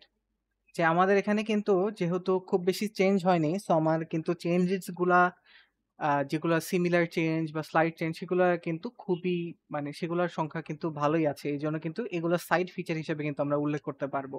সো দেখি এখানে কি করলাম, যে initially the student who spoke more than 2 languages were only 10%। ঠিক আছে, ইনিশিয়ালি মাত্র মোর দেন 2% কি ছিল, 10% ছিল যারা দুইটা বেশি ল্যাঙ্গুয়েজ বলতে পারতো। আচ্ছা, তারপরে কি হলো, but in 2010 the percentage of students rose up. এখানে রোজ আপের জায়গায় আমি আরো বেটার ভোকাবুলারি ইউজ করতে পারতাম, যে সিগনিফিকেন্টলি ইনক্রিজড, বা আমি বলতে পারতাম যে ইনক্রিজড, বা দ্য নাম্বারস রোজ আপ, বা ডিফারেন্ট ভাবে লেখা যায়। তো রোজ আপ ইউজ করেছি আপ টু 15%, রাইট। সো আমরা দেখলাম যে এটা হচ্ছে 10% থেকে 15% হয়ে গেছে। আচ্ছা, এটা গেল এক ধরনের, রাইট। এবার in 2000 the percent of the students who spoke only 2 languages other than English was 10%, whereas it reached 15% in 2010 with a change of only 5%। So আমরা দেখতে পাচ্ছি যে শুধুমাত্র 2 other languages পারতো সেটা 10% থেকে 15% হয়ে গেল। সেম ওয়েতে যারা হচ্ছে শুধুমাত্র অ্যানাদার ল্যাঙ্গুয়েজ পারতো, ঠিক আছে, তারা 15% থেকে বেড়ে কি 20% হয়ে গেল। আচ্ছা, এখানে এখানে আমি বোধহয় একটা জিনিস দুইবার চলে আসছে। আচ্ছা, এটা দুইবার চলে আসছে, এটা হচ্ছে 20% হবে আর কি। আচ্ছা, এটা এটা বোধহয় আমি 15% কোথায়, এক জিনিসই দুইবার চলে আসছে মনে হচ্ছে, রাইট। আচ্ছা, এক জিনিসই দুইবার চলে আসছে, বাট ওই তো সিমিলার চেঞ্জ যদি বলতে হয়, সো বেসিক্যালি এখানে কিন্তু 10 থেকে 15% হয়ে গেছে, আরেকটা হচ্ছে 15% থেকে অ্যানাদার ল্যাঙ্গুয়েজ 20% হয়ে গেছে। সো চেঞ্জ কিন্তু সিমিলার। সো এটাকে কিন্তু আমরা ওইটাই এখানে ইউজ করলে আরো বেশি অ্যাপ্রোপ্রিয়েট হতো। সো এখানে মিস্টেক হয়ে গেছে এটা। তো এটা কিন্তু একই হয়ে গেছে। আর similarly French only was also achieved a change of 5% from 2000 to 2010 but at a negative interval. So আমরা বলতেছি কি যে ফ্রেঞ্চটা হচ্ছে 15% থেকে 10% হয়েছে কিন্তু change same but at a negative interval. But কি নেগেটিভলি, এক কথায় কমে গেছে সেটা বোঝাচ্ছি, বাট একটু একটু ডিফারেন্ট ভাবে বোঝালাম আর কি। ঠিক আছে, সো দেখেন এখানে যে স্ট্রাকচারটা ফলো করা হয়েছে, থিসিস প্যারাগ্রাফ ফার্স্টে চলে আসছে, থিসিস প্যারাগ্রাফ সেকেন্ড চলে আসছে আমার ওভারঅল ইনফরমেশনটাকে প্রেজেন্ট করেছি আমি। আর ওভারঅলটা প্রেজেন্ট করতে যে আমার এখানে হাইয়েস্ট এবং লোয়েস্টটা চলে আসছে, এবং লাস্টলি আমার সিমিলার বা স্লাইড চেঞ্জ বা সিমিলার চেঞ্জ যেগুলো সেগুলোকে আমি একসাথে নিয়ে আসছি। এবং এটা দিয়ে কিন্তু আমার মোটামুটি বলা যায় যে এইরকম যদি কেউ লেখে এবং এই মিস্টেকের জায়গায় যদি রাইট করে আর কি, তাহলে আশা করা যায় যে এটা কিন্তু একটা 8 ব্যান্ড স্কোর অফ 8 অথবা 8.8 কিন্তু তুলতে পারবে। ঠিক আছে, আসলে রাইটিং টাস্ক 1-এ কিন্তু স্কোরটা তোলা অনেকটা ইজিয়ার। সো এখানে যারা একটু ফোকাস দিবে তাদের রাইটিং এর মার্কটা কিন্তু অটোমেটিকলি ইনক্রিজ করবে। এবং আমার যারা ম্যাক্সিমাম যারা স্টুডেন্ট ছিল যারা রাইটিং এ ভালো করছে আর কি, ম্যাক্সিমাম কিন্তু রাইটিং টাস্ক 1টাতে ভালো করে দেখেই কিন্তু রাইটিং টাস্ক 2তে যদি একটু কমতি হয়েও যায়, ঠিক আছে, রাইটিং টাস্ক 1-এর কারণে কিন্তু দেখা যাচ্ছে যে 7.5 রাইটিং এ কিন্তু ইজিলি তুলতে পারে। সো এটা গেল এটা কিন্তু আমরা একটা স্ট্রাকচার বললাম, এবং এই স্ট্রাকচারটা কিন্তু খুব আহ, মানে সিমিলার ভাবে নিজের মতন করে আপনি চেঞ্জ করবেন আপনার কাছে যেটা মনে হবে যে আচ্ছা ঠিক আছে এই কোশ্চেনের সাথে এই স্ট্রাকচারটা একটু যায়, একটু এই ভেরিয়েশনটা যায়। সো আমরা দেখি ভেরিয়েশন গুলো একটু দেখি। আচ্ছা, সো বেসিক্যালি আমরা বলা যেতে পারে যে এই যে আমাদের যেই এক্সাম্পলটা আমরা দেখলাম এটা কিন্তু বেসিক্যালি আপনার এই আহ, যে 4 ওয়েজ অফ অ্যান্সার্স যেটা, এটাই কিন্তু বেসিক্যালি আমরা দেখলাম। ঠিক আছে, এখানে ট্রেন্ড বলতে কিছু ছিল না বলা যায়, বাট ওভারঅল ট্রেন্ড হিসাবে যে খুব স্টেডি চেঞ্জ ছিল সেটাকে যে উল্লেখ করছি এটাকে ট্রেন্ড বলা যাইতে পারে আর কি। তার সাথে হাইয়েস্ট চেঞ্জ এবং লোয়েস্ট চেঞ্জটাকে নিয়ে আসছি, প্লাস আদার্স এবং স্লাইড ডেটা এক জায়গায় নিয়ে আসছি। সো 3 প্যারাগ্রাফে চলে আসছি উপরে। সো এটা একটা way, depending on the question আপনি এই স্ট্রাকচারটা ফলো করতে পারেন, যেটা উপরে এই স্ট্রাকচারটাই ফলো হয়েছে আর কি বেসিক্যালি। আর একটু ডিফারেন্ট হলে এইভাবেও করতে পারেন। ঠিক আছে, এবং তারপরে হচ্ছে থার্ড যেটা স্ট্রাকচার, যে thesis paragraph overall plus trend, highest plus others, lowest plus slide. আচ্ছা, এটাকে যদি একটু এক্সপ্লেন করতে হয় এই স্ট্রাকচারটাকে, যে প্রথমটা তো সবার কাছে আই গেস ক্লিয়ার, যে থিসিস প্যারাগ্রাফ আমার কম বেশি সবারই জাস্ট প্যারাফ্রেজিং হবে মেইন কোশ্চেনের। আচ্ছা, সো সেকেন্ড প্যারাগ্রাফটা দেখি আমরা, যে ওভারঅল প্লাস ট্রেন্ড। সো যদি আমার এখানে ট্রেন্ডের বিষয়টা যদি থাকে, আমার যদি মানে মাল্টিপল পাই চার্ট থাকে, বা আমার যদি বার গ্রাফ থাকে বা লাইন গ্রাফ থাকে যেখানে ট্রেন্ডটা ফুটে উঠতেছে, যে বিভিন্ন জিনিসের, ফর এক্সাম্পল আমরা সুইমিং নিয়ে দেখলাম, swimming, other activities, gym, right. So সেই ট্রেন্ডগুলো কিন্তু আপনি এখানে কিন্তু উল্লেখ করতে পারেন, ওভারঅলটা বলে এখানে কিন্তু উল্লেখ করা যেতে পারে। আচ্ছা, তারপরে যেটা হতে পারে যে হাইয়েস্ট কোনো চেঞ্জ যদি থাকে বা হাইয়েস্ট কোনো ভ্যালু যদি থাকে সেটাকে উল্লেখ করে সিমিলার কাছাকাছি যেগুলা বেশি আছে সেগুলোকে উল্লেখ করা যেতে পারে, এটা একটা প্যারাগ্রাফ হতে পারে। আর ফোর্থ প্যারাগ্রাফ হতে পারে যে লোয়েস্ট এবং লোয়েস্টের আশেপাশে যারা আছে তাদের যেসব চেঞ্জ আছে সেটাকে নিয়ে এসে পোর্ট্রে করে, এটা একটা স্ট্রাকচার হতে পারে। এবং কোশ্চেন আপনি যখন বেটার ওয়েতে ধরতে পারবেন যে আসলে কোন কোন স্ট্রাকচারটা আপনি ইউজ করলে আপনার জন্য বেটার হবে, কম বেশি সবগুলো স্ট্রাকচারই কিন্তু কম বেশি একটু কাটসাট করে আপনি কিন্তু ইউজ করতে পারবেন। আমাদের এই আমরা যেসব ডায়াগ্রামগুলো নিয়ে কথা বলতেছি আর কি, যে গ্রাফ, চার্ট এবং টেবিল, রাইট, এই চারটা যে যেগুলোর কথা বলতেছি স্ট্রাকচার সবগুলোই কিন্তু কম বেশি ইউজ করা যায়। এবং আপনার কাছে যেটা, যেভাবে ডেটাটাকে আপনি সাজালে আপনার কাছে মনে হয় যে সবচেয়ে বেস্ট লাগতেছে আর কি, যে ডাটাটা খুব ভালোভাবে ফুটে উঠতেছে, যে আমার ডায়াগ্রাম এবং কোশ্চেনে যেটা বলা হচ্ছে সেটাকে আমি সুন্দরভাবে এই স্ট্রাকচারটা ফলো করলে আমার জন্য বেটার হবে।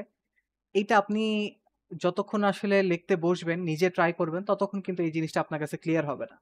এবং রাইটিং টাস্ক 1 যখন আপনি আ কয়েক কিছু কয়েকবার যখন ট্রাই করবেন, তখন কিন্তু অটোমেটিক আপনি বুঝতে পারবেন যে আসলে কোন কোশ্চেনের জন্য আমি কোন স্ট্রাকচারটা ফলো করলে বেটার হবে। ঠিক আছে? এইগুলো জাস্ট কিছু স্ট্রাকচার যেটা দেয়া, নট নেসেসারি এগুলোই ফলো করতে হবে। বাট এটাকে আপনি নিজের মতন করে আপনি সাজাতে পারবেন আরকি। এবং এটা কোয়েশ্চেন অনুযায়ী আপনার ডেটাটা যেভাবে আপনার কাছে প্রেজেন্ট করা থাকবে, তখন আপনি অটোমেটিক কিন্তু ধরতে পারবেন যে আচ্ছা ঠিক আছে, তাহলে আমি এটাকে একটু ডিফারেন্ট ভাবে লিখি। ঠিক আছে? ওকে, তারপরে হচ্ছে লাস্ট যে স্ট্রাকচারটা এখানে দেওয়া, এটা মূলত যেখানে অনেক বেশি আ টেবিলের সাথে পাই চার্ট অনেকগুলো দেওয়া, মাল্টিপল পাই চার্ট এবং টেবিল দেওয়া। যেখানে ডেটা বেশি ওটার ক্ষেত্রে এই স্ট্রাকচারটা আমার মতে বেস্ট যায়। যেখানে হচ্ছে জাস্ট থিসিস প্যারাগ্রাফ দিয়েও ওভারঅলটা জাস্ট বলে জাস্ট কিছু এক্সপ্লেইন করা যে ট্রেন্ডটা কিরকম। তারপরে হাইয়েস্টের সাথে ট্রেন্ডটা কিরকম তার সাথে কিছু ডেটা উল্লেখ করা।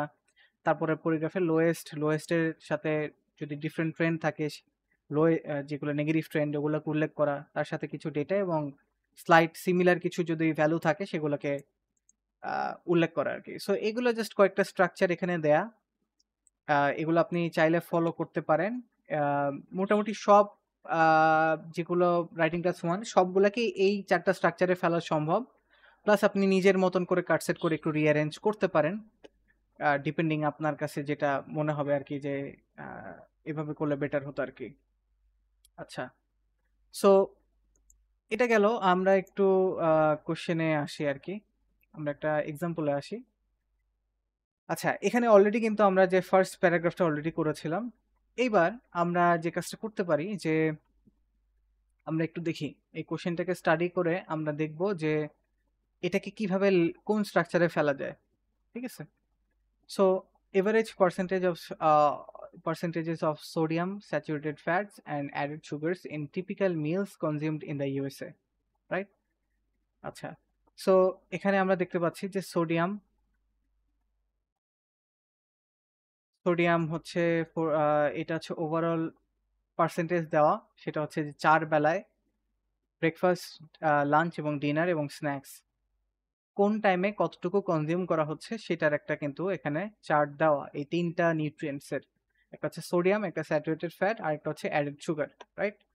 সো আমরা যদি দেখি সবচেয়ে সবার আগে যে জিনিসটা আমরা করতে পারি যেটা আমাদেরকে বুঝতে হেল্প করবে, এইটা আগে আইডেন্টিফাই করা যে এটা কোশ্চেনটা আমার কাছে এটা আসলে কোন কোশ্চেনের আন্ডারে পড়তেছে। এটা তো বেসিক্যালি জাস্ট মাল্টিপল পাই চার্টের আন্ডারে পড়তেছে, রাইট? সো মাল্টিপল পাই চার্টের আন্ডারে যদি পড়ে থাকে, সো এখানে কিন্তু আহামরি কিন্তু ট্রেন্ডের কিছু নাই। ঠিক আছে? এখানে জাস্ট আমার ভ্যালু গুলার সাথে আমাকে এখন হাইয়েস্ট লোয়েস্ট এগুলাকে কম্পেয়ার করে কিন্তু আমার মানে বেসিক্যালি বের করতে হবে যে কোন টাইমে কিরকম ছিল। সো আমরা যেটা করতে পারি যে সোডিয়ামটা আচ্ছা, সোডিয়ামটা আমাদের দেখতে পাচ্ছি যে 43% ডিনারে সবচেয়ে বেশি। ঠিক আছে? সো ডিনারে আমার হচ্ছে সবচেয়ে বেশি 43%। বেশ। আর আমার লোয়েস্ট হচ্ছে ২ টা টাইমে, বেসিক্যালি ২ টা টাইমে টাইড বলা যেতে পারে। একটা হচ্ছে স্ন্যাকসে অ্যান্ড আরেকটা হচ্ছে আমার ব্রেকফাস্টে। ২ টাই সেম। সেটা হচ্ছে 14%, রাইট? এবং একটা আদার্সে যদি আমরা ফেলতে চাই, জাস্ট লাঞ্চে 29%, এটা আমরা পরে আদার্সে চাইলে মেনশন করতে পারি। ঠিক আছে? এটা গেল সোডিয়ামের ক্ষেত্রে। আচ্ছা, এবার যদি স্যাচুরেটেড ফ্যাটেরটা ধরি, আমি একটু ভেঙে বলতেছি। আপনি হয়তো এত টাইম আপনার থাকবে না। বাট স্টিল যে জিনিসটা আমি সবসময় রেকমেন্ড করি স্টুডেন্টদেরকে, আপনি স্ট্রাকচারটা যদি সবার আগে সাজায় নেন, ঠিক আছে? মাইন্ড ম্যাপিংটা এটাকে আ রাইটিং এ যেমন মাইন্ড ম্যাপিং বলা হয়, আউটলাইনিং বলা হয়। আপনি যদি ওভারঅল স্ট্রাকচারটাকে যদি আউটলাইন করে ফেলেন, তখন কিন্তু আপনার জন্য রাইটিংটা অনেকটা ইজিয়ার হয়ে যায়। তখন আপনি জাস্ট পাজল এর মতন একের পর এক জাস্ট ওয়ার্ডস দিয়ে একের পর এক জাস্ট ইনফরমেশনটাকে বসাবেন। সো এইজন্য অবশ্যই আপনি কোনো রাইটিং টাস্ক 1 হোক বা 2 হোক শুরু করার আগে আপনার ডেটাটাকে এক ঝলক আপনি সাজায় নেন। প্লাস আপনি স্ট্রাকচারটাকে সাজায় নিবেন। এবং পরে আপনার স্ট্রাকচারের যে প্রবলেমটা ম্যাক্সিমাম স্টুডেন্টরা যারা রাইটিং এ খারাপ করে এর পিছনে মেইন কারণ হচ্ছে আগেই কোশ্চেনে ঝাঁপায় পড়ে। এবং যেতে তার কাছে যেরকম মনে হইতে থাকে সেভাবে সে লেখে। But that is not the proper approach. Proper approach হচ্ছে আপনি আগে স্ট্রাকচারটা দাঁড়া করান। স্ট্রাকচারটা আগে সাজান, কোনটার মধ্যে কি ইনফরমেশন দিবেন সেটা ঠিক করেন। তারপর এখন লিখতে বসে যান। এখন জাস্ট আপনার ভোকাবুলারি এবং ডেটাটাকে আপনার জায়গা মতন বসানোর পালা আরকি। ঠিক আছে? সো এটা গেল। আচ্ছা রাইট। এবার যদি আসি আমি স্যাচুরেটেড ফ্যাটের ক্ষেত্রে, এই ক্ষেত্রেও আমি দেখতে পাচ্ছি যে ডিনারে আমার 37%, ঠিক আছে? এবং এটাই হচ্ছে হাইয়েস্ট। এবং লোয়েস্ট হচ্ছে আমার ব্রেকফাস্টে 16%, ঠিক আছে? এবং আমার লাঞ্চ আমি জাস্ট তারপরে হচ্ছে বলা যাচ্ছে যে 26% হচ্ছে লাঞ্চে, আর তারপরে স্ন্যাকসে যে 21%। এবং এগুলোকে আমি পরে রাখার পেছনে কারণ হচ্ছে যে এগুলো জাস্ট সাইড ফিচার্স, কিন্তু এগুলো আহামরি কোনো ভ্যালু না। কারণ আমার হচ্ছে লোয়েস্ট এবং হাইয়েস্ট এই ভ্যালুগুলোই আসলে মোর ইম্পর্টেন্ট আরকি। আচ্ছা, এটা গেল স্যাচুরেটেড ফ্যাটের ক্ষেত্রে। এবার যদি আমি অ্যাডেড সুগার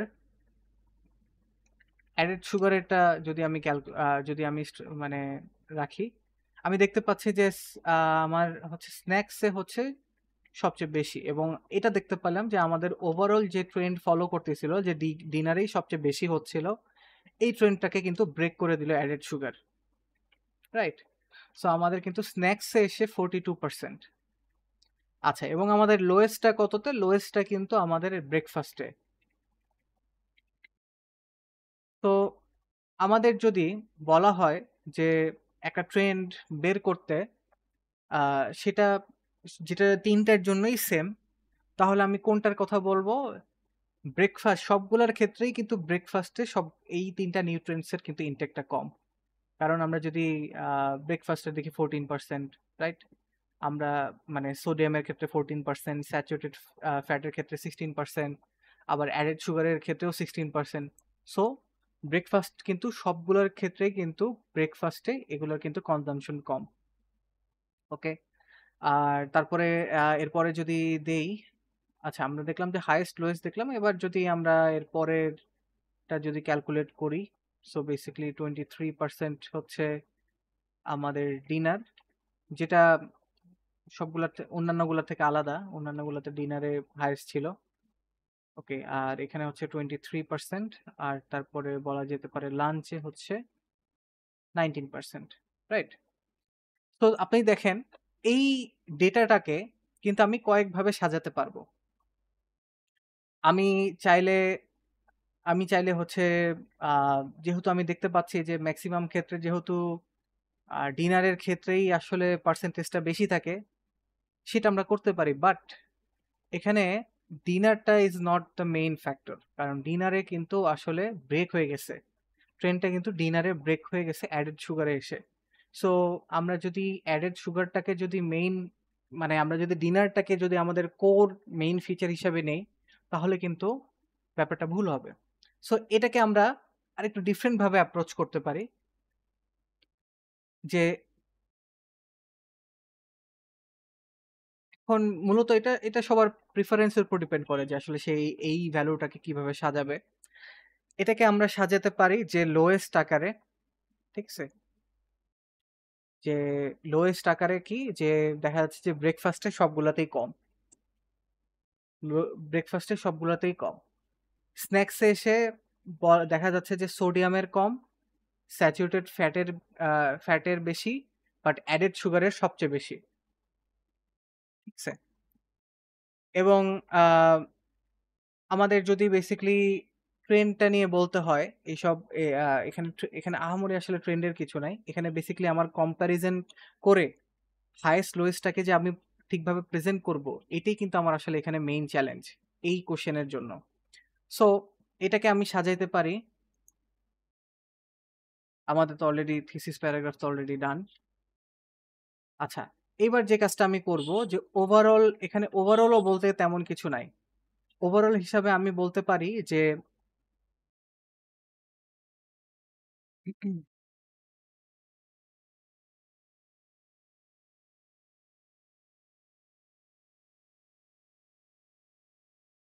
ওভারঅল হিসাবে যদি আমি টানি তাহলে ডিনার এবং স্ন্যাক্স এই ২ টাকে আমি একসাথে মেনশন করে বলতে পারি যে ওভারঅল ডিনার আর স্ন্যাক্সেই কিন্তু আসলে সবথেকে বেশি পরিমাণে কিন্তু আসলে ইনটেক হয়। বাট এখানে প্রবলেমটা হচ্ছে দ্যাটস নট ট্রু। কারণ এখানে কিন্তু লাঞ্চটা দেখতে আমরা সোডিয়ামের ক্ষেত্রে দেখতে পাচ্ছি লাঞ্চটা বেশি।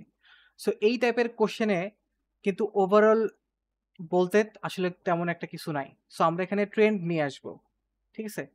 ওভারঅল বলতে আমরা ট্রেন্ড নিয়ে আসবো যে সবার ক্ষেত্রেই লোয়েস্ট যেই ট্রেন্ডটা সবচেয়ে বেশি ভিজিবল, সবচেয়ে বেশি চোখে পড়ে, সেটাকেই আমরা কিন্তু নিয়ে আসতে পারি। সো এটাকে অনেকভাবে সাজানো যেতে পারে। আমরা যেটা করতে পারি যে ওভারঅলে এসে লোয়েস্ট, হাইয়েস্ট সবগুলার হাইয়েস্টটাকে আমরা উল্লেখ করতে পারি। ঠিক আছে? ওভারঅলটা বেসিক্যালি আমি বুঝাচ্ছি যে আ আমরা দেখতে পাচ্ছি যে ৩ বেলায় আসলে এই সবগুলার ক্ষেত্রেই আসলে এই ৪ টা আ বলা যেতে এই ৩ টা নিউট্রিয়েন্টস এর কিন্তু কনজাম্পশন আছে এবং কোনো না কোনো টাইমে হেভি কনজাম্পশন কিন্তু আছেই। ঠিক আছে? কোনো না কোনো আ টিপিক্যাল মিল টাইমে কিন্তু এগুলার হাইয়েস্ট কনজাম্পশন কিন্তু পাওয়া যায়। যেগুলা এক্সিড করে ওভার 35%। ঠিক আছে? বা লোয়েস্ট 37%। সো একবারে আমরা দেখতে পাচ্ছি যে এই প্রত্যেকটার ক্ষেত্রেই 37% এর উপরে অথবা আ কোনো না কোনো টাইমে এইটা হাইয়েস্ট রিচ করতেছেই। ঠিক আছে? এটাকে আমরা কিন্তু হাইয়েস্ট হিসাবে করতে পারি। প্লাস এটার মধ্যে লোয়েস্টটা আনতে পারি কিভাবে? এটার মধ্যে লোয়েস্টটা আনতে পারি এইভাবে যে আমাদের ব্রেকফাস্টের ক্ষেত্রে সব সময়ই আমার হচ্ছে কম। রাইট? সো এখানে ওভারঅল বলতে আমি যে জিনিসটা বুঝাচ্ছি, বেসিক্যালি ওভারঅল কোনো না কোনো টাইমে এগুলার আ কনজাম্পশনটা কিন্তু দেখা যাচ্ছে যে অনেক বেশি হয়ে যাচ্ছে, মোর দ্যান 37%, মোর দ্যান 35%। ঠিক আছে? সো ওভারঅল কিন্তু দেখা যাচ্ছে যে না কোনো বেলায় এটার পার্সেন্টেজটা কিন্তু হাই হয়ে যাচ্ছে। অ্যাবভ 30% কিন্তু চলে যাচ্ছে।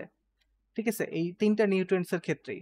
সো এই যে এইটাকে আমি বলতেছি, এটা কিন্তু জাস্ট বলা যেতে পারে যে এটাকে আমি ডিরাইভ করতেছি। ঠিক আছে? এখানে ডিরেক্টলি আমাকে বলা নাই। বাট এটা কিন্তু আমাদের কাছে ভিজিবল যে প্রত্যেকটা বেলাতেই কোনো না কোনো নিউট্রিয়েন্টস কিন্তু 35% এর উপরে কিন্তু একটা হিউজ পোরশন কিন্তু কনজিউম হচ্ছে। যেটা শরীরের জন্য আনহেলদি। ঠিক আছে? সো আমি জাস্ট একটা স্ট্রাকচার এখানে আপনাদেরকে দেখাই দিচ্ছি। আরো কয়েকটা স্ট্রাকচার বলবো। ঠিক আছে? আমি জাস্ট মিলানোর জন্য দেখাই দিচ্ছি। এইবার আমরা আসি, এবার আমরা যে কাজটা করতে পারবো সেটা হচ্ছে যে যেহেতু এখানে ওভারঅল ট্রেন্ডটা বেসিক্যালি হচ্ছে আ এইবার আমরা আসতে পারি যে হাইয়েস্ট। ঠিক আছে? হাইয়েস্ট কোন টাইমে হচ্ছে? কোনটা কোন টাইমে হাইয়েস্ট হচ্ছে? ঠিক আছে? এবং কোনটা কোন টাইমে লোয়েস্ট হচ্ছে? এইটা হলেই কিন্তু আমার মোটামুটি কিন্তু ইয়াটা কমপ্লিট। বাট আমি যদি চাই এখানে কিন্তু স্লাইড চেঞ্জেস গুলো আনতে পারি এবং এটাকেও ব্রেকডাউন করব। সো এটা একটা স্ট্রাকচার।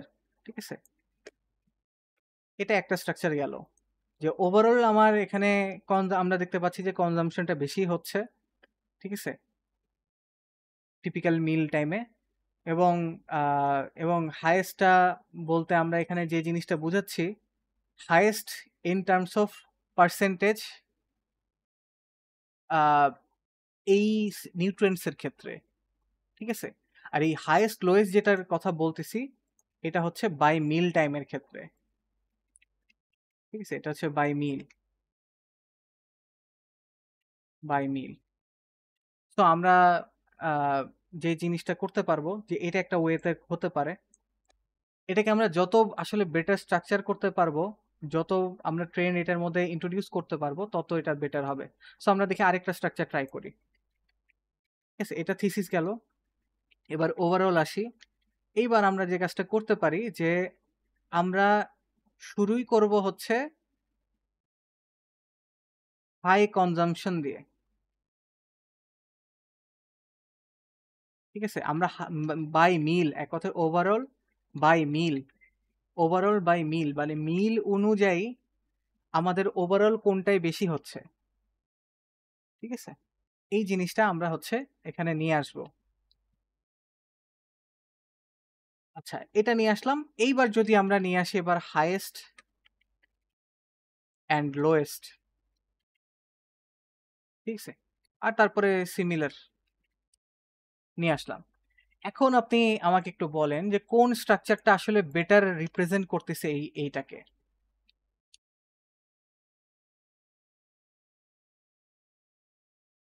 কোন স্ট্রাকচারটা বেশি অর্গানাইজড লাগতেছে এই দুইটার মধ্যে?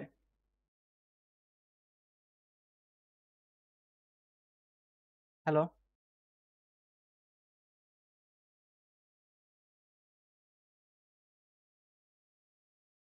আপনারা কি দেখতেছেন? হ্যালো? হ্যাঁ, জি ভাই আছি, কিন্তু এখনো ফাইন্ড আউট রাইট, করতে পারছি না। এক্স্যাক্টলি। আমি বলি, প্রথমটা কিন্তু আসলে আমি গোজামিল দিয়ে করছি। এটা খুব একটা বেশি কোনো স্ট্রাকচার ফলো করতেছে না।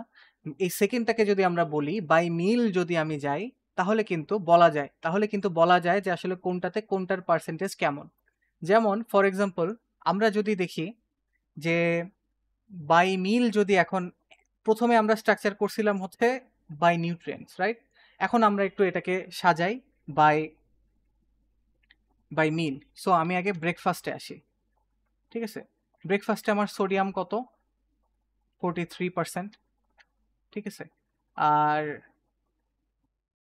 ব্রেকফাস্টে আমার সোডিয়াম কত? 43%। আচ্ছা, আমি বোধহয় ভুল করতেছি, 14%। ওটা ডিনার। হ্যাঁ, 14%। আচ্ছা, ওটা ছিল 14%। তারপরে হচ্ছে আমাদের স্যাচুরেটেড ফ্যাট 16%। তারপরে যদি বলি আমাদের সুগার কত পার্সেন্ট? 16%, রাইট? এইবার যদি আমি আসি এখানে লাঞ্চে, সোডিয়াম কত আমার? 29%। আমার এখানে ইয়া কত, ফ্যাট কত? আচ্ছা, এখানে স্যাচুরেটেড না লিখে শুধু ফ্যাট লিখি। আচ্ছা, ফ্যাট কত? 26%। আচ্ছা, আর সুগার আমার কত? 19%। 90%। এবার আপনি নিজেই বুঝতে পারবেন যে কেন আসলে সেকেন্ডটা বেটার অ্যাপ্রোচ। হ্যাঁ, এটা বোঝানো। Right, exactly. ঠিক আছে? সো আমি কিন্তু ইচ্ছা করে প্রথমবার যদি প্রথম স্ট্রাকচারটা যদি কেউ ফলো করে, ঠিক আছে? এটা কি হলো? Okay,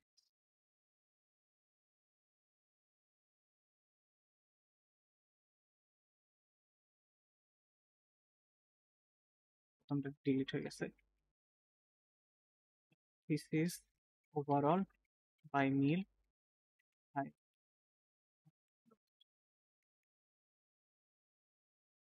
আচ্ছা, এবার যদি ডিনারে আসি, ডিনারে দেখেন, ডিনারে হচ্ছে আমাদের 43% হচ্ছে সোডিয়াম, 43%। এইবার হচ্ছে আমাদের ফ্যাট 37%, সুগার আমাদের 23%। ঠিক আছে? স্ন্যাকে যদি আসি, সোডিয়াম হচ্ছে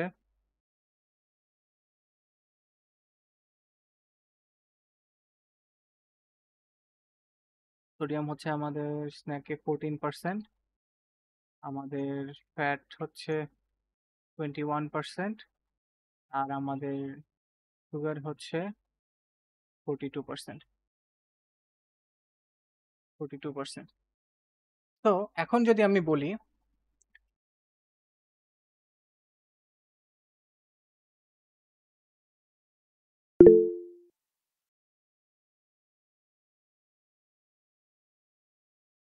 কত, ক্যামব্রিজ, এটা হচ্ছে ক্যামব্রিজ বুক 14 আমি দিয়ে দেবো এটা কত নাম্বার, আমার এক্সাক্ট নাম্বারটা মনে নাই, বাট এটা 14 এর আর কি। আচ্ছা, সো যদি আমি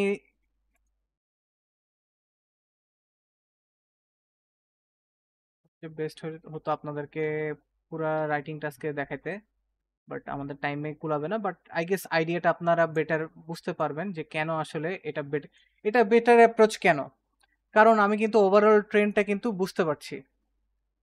ঠিক আছে, এটা কিন্তু আমি দেখতে পাচ্ছি যে ব্রেকফাস্টে কম, রাইট?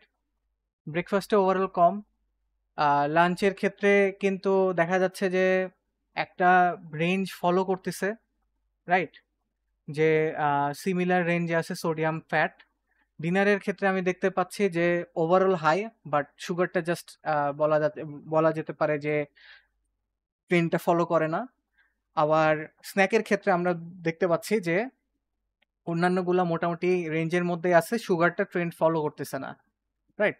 সো এই টাইপের কোশ্চেনে কিন্তু এখানে দুইটাই যায়, দুইভাবেই কিন্তু অ্যান্সারটা করা যায়, বাট এটা মোর অর্গানাইজড হবে যদি আপনারা এই অ্যাপ্রোচটা ফলো করেন। কারণ আমি যখন মিল বেসিসে যখন আমি ভাগ করে নিচ্ছি তখন কিন্তু আমি ওভারঅলটা বলতে পারবো ওভারঅল ব্রেকফাস্টে কম। ঠিক আছে, ওভারঅল ব্রেকফাস্টে কম। ভাইয়া Overall- আপনি যে বললেন, হ্যাঁ বলেন। আচ্ছা ভাই আপনি যে বললেন যে এখানে একটা রেঞ্জের মধ্যে আছে, রেঞ্জটা কোথায় বলা এখানে?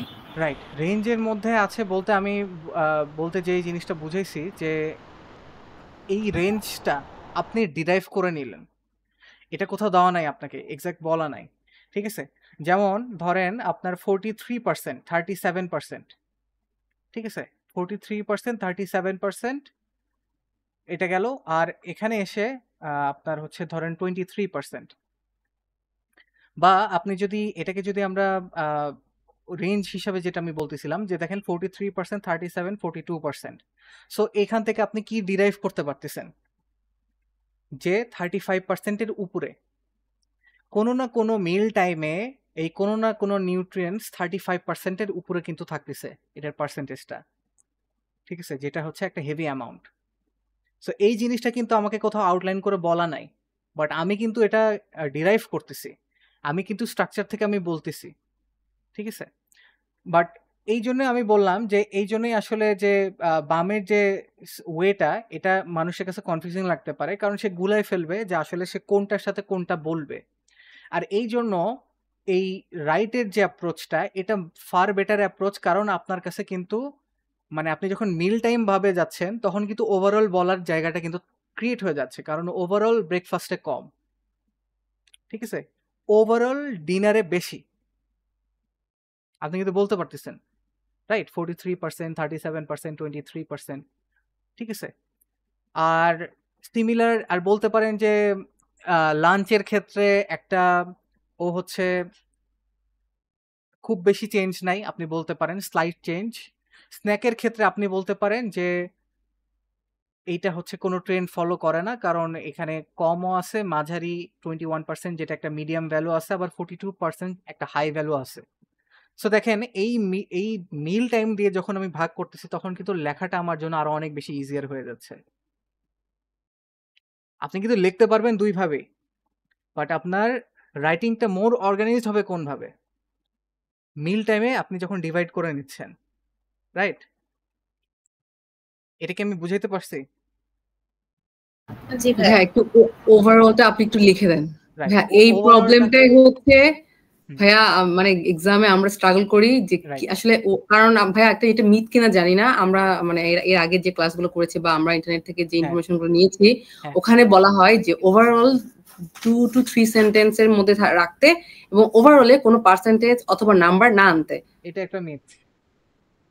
হ্যাঁ, কিন্তু ভাই আপনারা দেখলাম যে আপনারা হচ্ছে একদম মানে একদম সামারাইজ করে বলছেন, কিন্তু ভাইয়া যে নাম্বারিং এর ক্ষেত্রে আসলে কি আমি কি নাম্বার আনবো নাকি জাস্ট প্যারাফ্রেজ করে বলবো হাইয়েস্ট লোয়েস্ট? কারণ ওভারঅলে শোনেন, এটা একটা মিথ যে আপনি ওভারঅল আনলে আপনার মার্ক দিবে না। ঠিক আছে, এটা হচ্ছে এটা তবে নাম্বার পার্সেন্টেজ অর নাম্বার মানে এগুলো যদি ওভারঅলে আনি তাহলে কোনো প্রবলেম হবে কিনা, কারণ এটা জানি না এটা মিথ নাকি, আমি জানি না। আমি গুগলে বলেন বা বিভিন্ন ওয়েবসাইটে বা বিভিন্ন ইউটিউবাররা বলে যে পার্সেন্টেজ না আনতে। পার্সেন্টেজ না আনতে বলে? জি, মানে হচ্ছে অ্যামাউন্টটা এক্সাক্ট, জাস্ট আপনার মানে ইয়াটা সামারাইজ করতে ইয়া দিয়ে প্যারাফ্রেজ করে ইয়া করতে বলে, কিন্তু হাইয়েস্ট অর লোয়েস্ট অর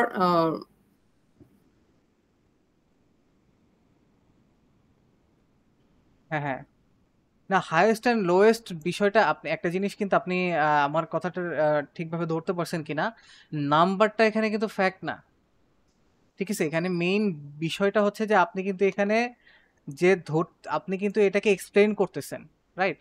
হ্যাঁ, নাম্বারটা এখানে যদি আপনি ইনক্লুড করেন, এখানে অনেকে এটা অনেকে বলে যে হ্যাঁ নাম্বার ইনক্লুড করবেন না, বাট আমার এই পর্যন্ত যত স্টুডেন্ট এক্সাম দিছে এবং সবার কাছ থেকে আমি ফিডব্যাক নেই তাদের এক্সামের পরে, এবং তাদের কথা হচ্ছে যে নাম্বারটা সে রাইটভাবে ফুটাই তুলতে পারছে, যে সব নাম্বার আমাকে ইনক্লুড করতে হবে না, ঠিক আছে? এটা একটা ভুল ধারণা। সেটা হচ্ছে যে সবাই মনে করে যে আমার সব নাম্বার লাগবে।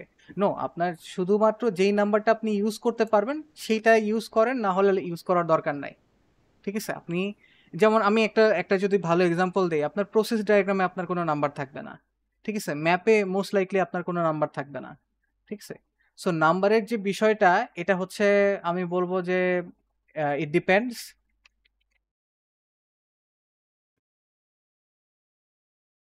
It depends, but most of the time আপনি ধরেন কোনো কোর ফিচারকে ডিসক্রাইব করার জন্য যে নাম্বারটা আসে, ওই জিনিসটা কিন্তু আপনি তখন উল্লেখ করবেন।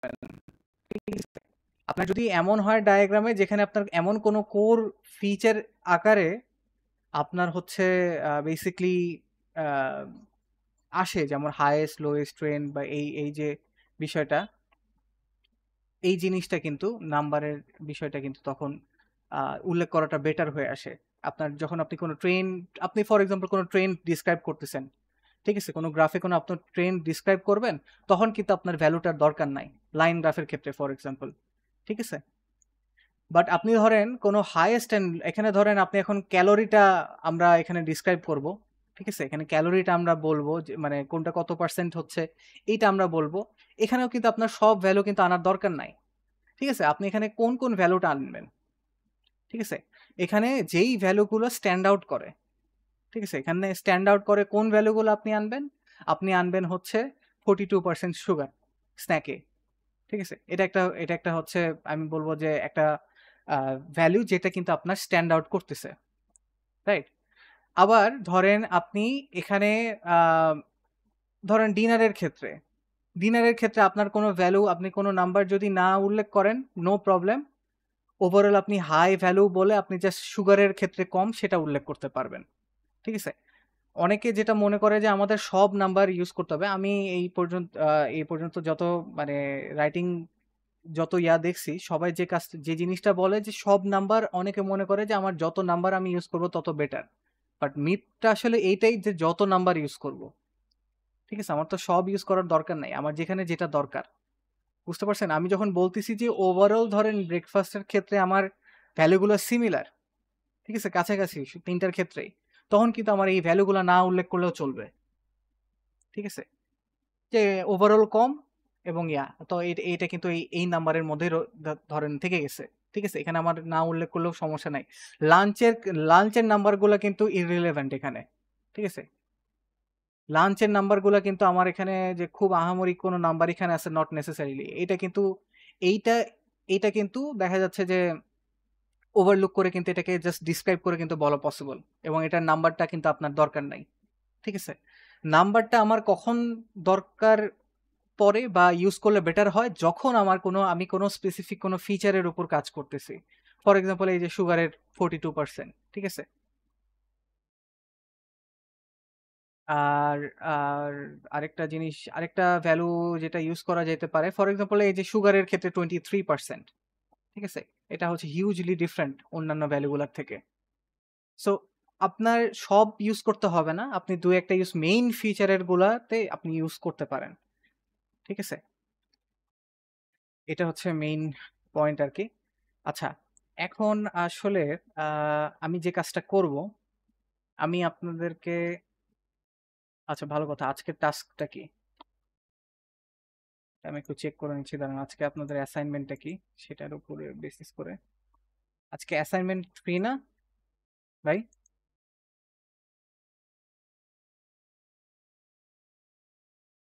হ্যালো,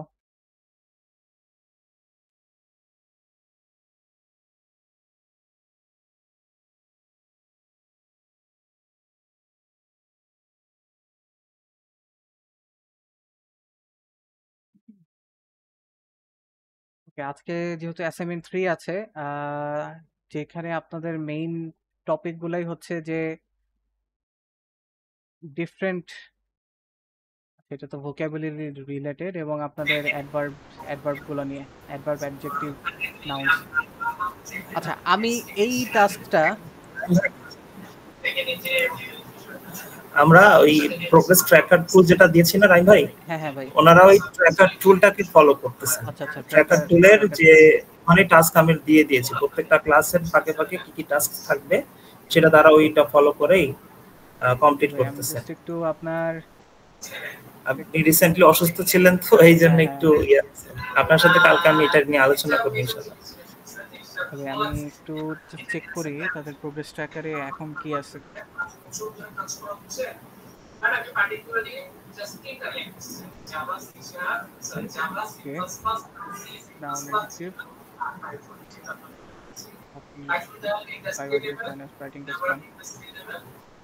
ওকে, আচ্ছা, রাইটিং টাস্ক 1 এর ক্ষেত্রে তো এখানে জাস্ট টাস্ক হিসাবে তো কিছু দেওয়া নাই, এরকম একটা ভিডিও জাস্ট আপনি দিয়ে রাখছেন। আচ্ছা আচ্ছা, যে কাজটা আমি করব, এই সেম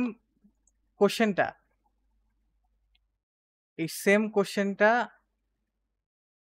আমি গ্রুপে দিয়ে দিচ্ছি। আপনারা এই সেম, এটা আপনারা হচ্ছে নিজেরা, স্ট্রাকচার একটা দিয়ে দেওয়া হয়েছে, এটা আপনারা নিজেরা ট্রাই করবেন।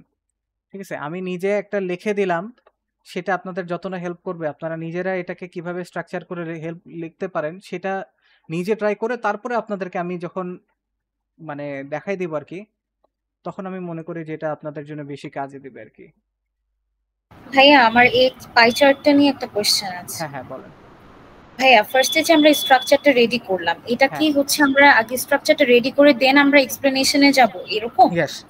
ইয়েস, সেটা হচ্ছে যে এটা রাইটিং টাস্ক 2 তে এইটা আরো ইন ডেপথ আপনারা দেখবেন, কারণ রাইটিং টাস্ক 2 তে এটা মানে আমাদের থটস গুলোকে আরো বেশি অর্গানাইজ করাটা, বেশি আইডিয়া জেনারেশনের বিষয়টা আরো বেশি কাজে দেয়।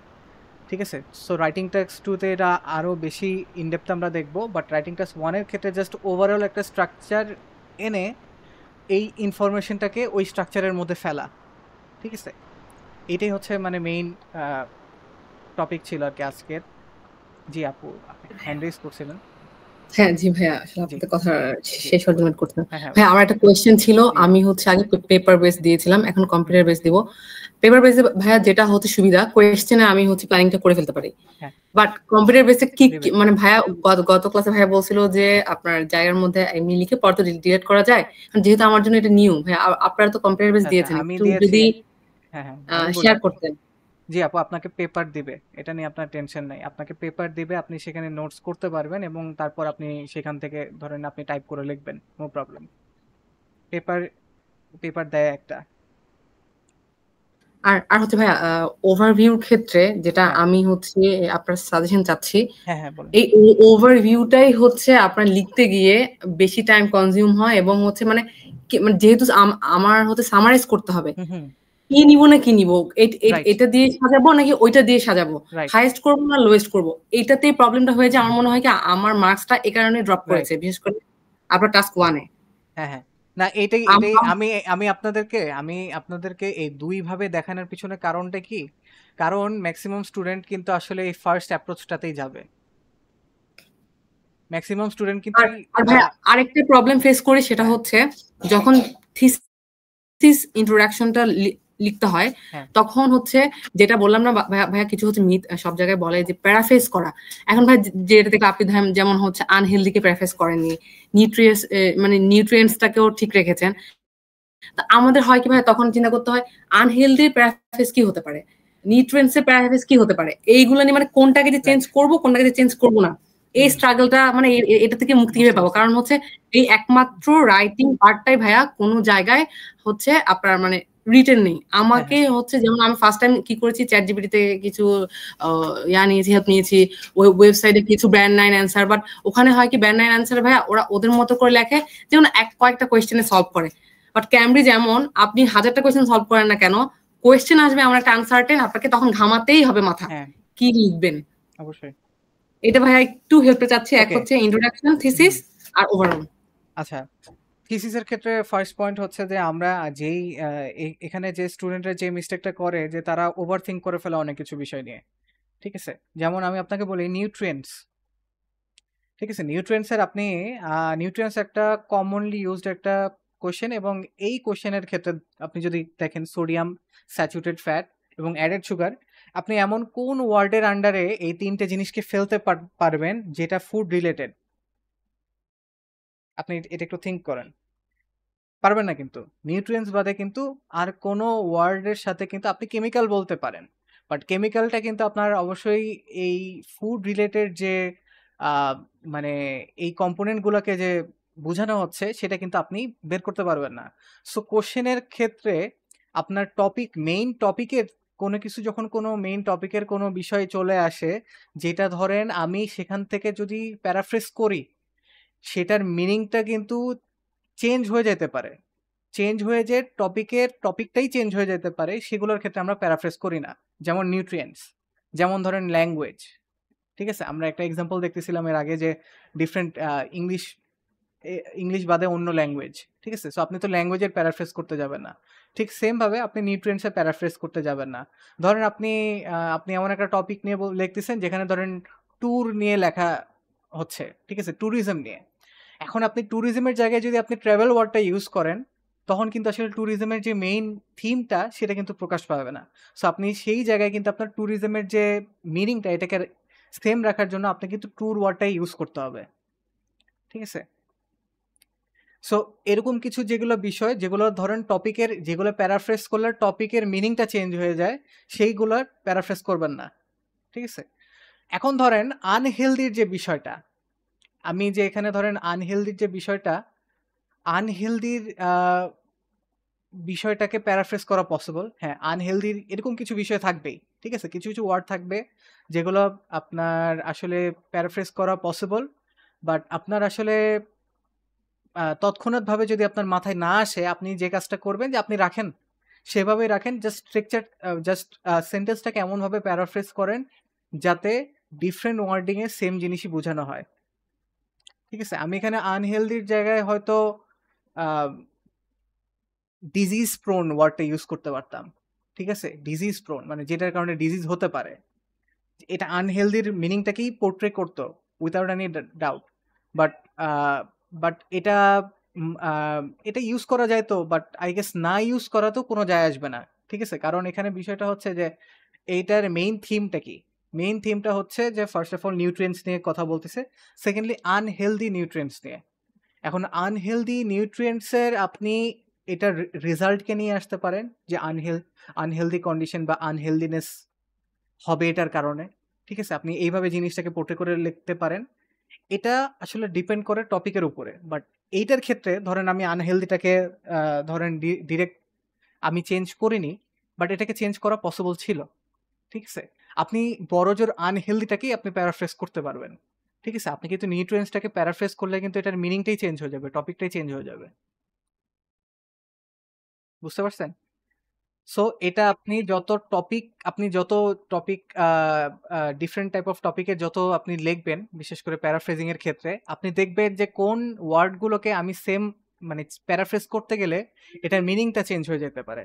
ঠিক আছে, সেগুলোকে প্যারাফ্রেজ করবেন না। এবং কিছু কিছু ওয়ার্ড থাকবে এমন যেগুলো আপনার প্যারাফ্রেজ চাইলে করা যায়, চাইলে সেমই রাখা যায়।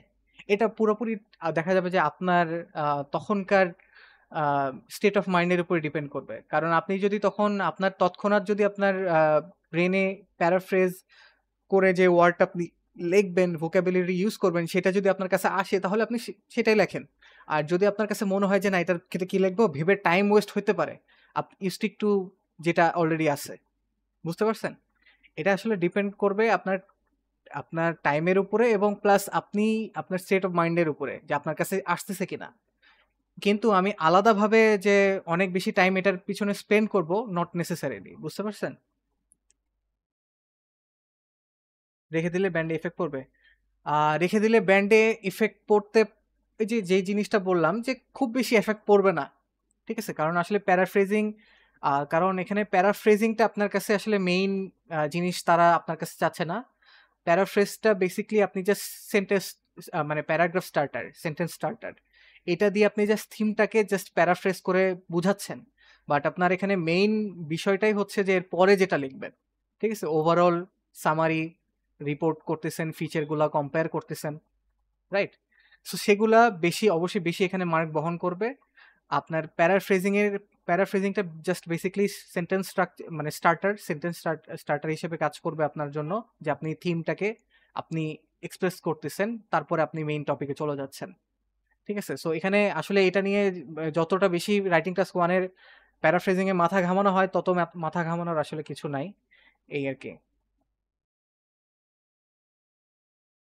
আচ্ছা, আর আরেকটা জিনিস যেটা বলতেছিলাম যে আপনাদের রাইটিং টাস্ক 2টা, রাইটিং টাস্ক 1 এ একটা জিনিস আমি বলতে ভুল করছি, যে আমি মূলত যে ব্যান্ড স্কোরের যে বিষয়টা, ঠিক আছে? ব্যান্ড স্কোরের যে বিষয়টা, যে ওভারঅল 9 এর উপরে আপনাকে স্কোর করা হবে রাইটিং টাস্ক 1 এবং 2 তে।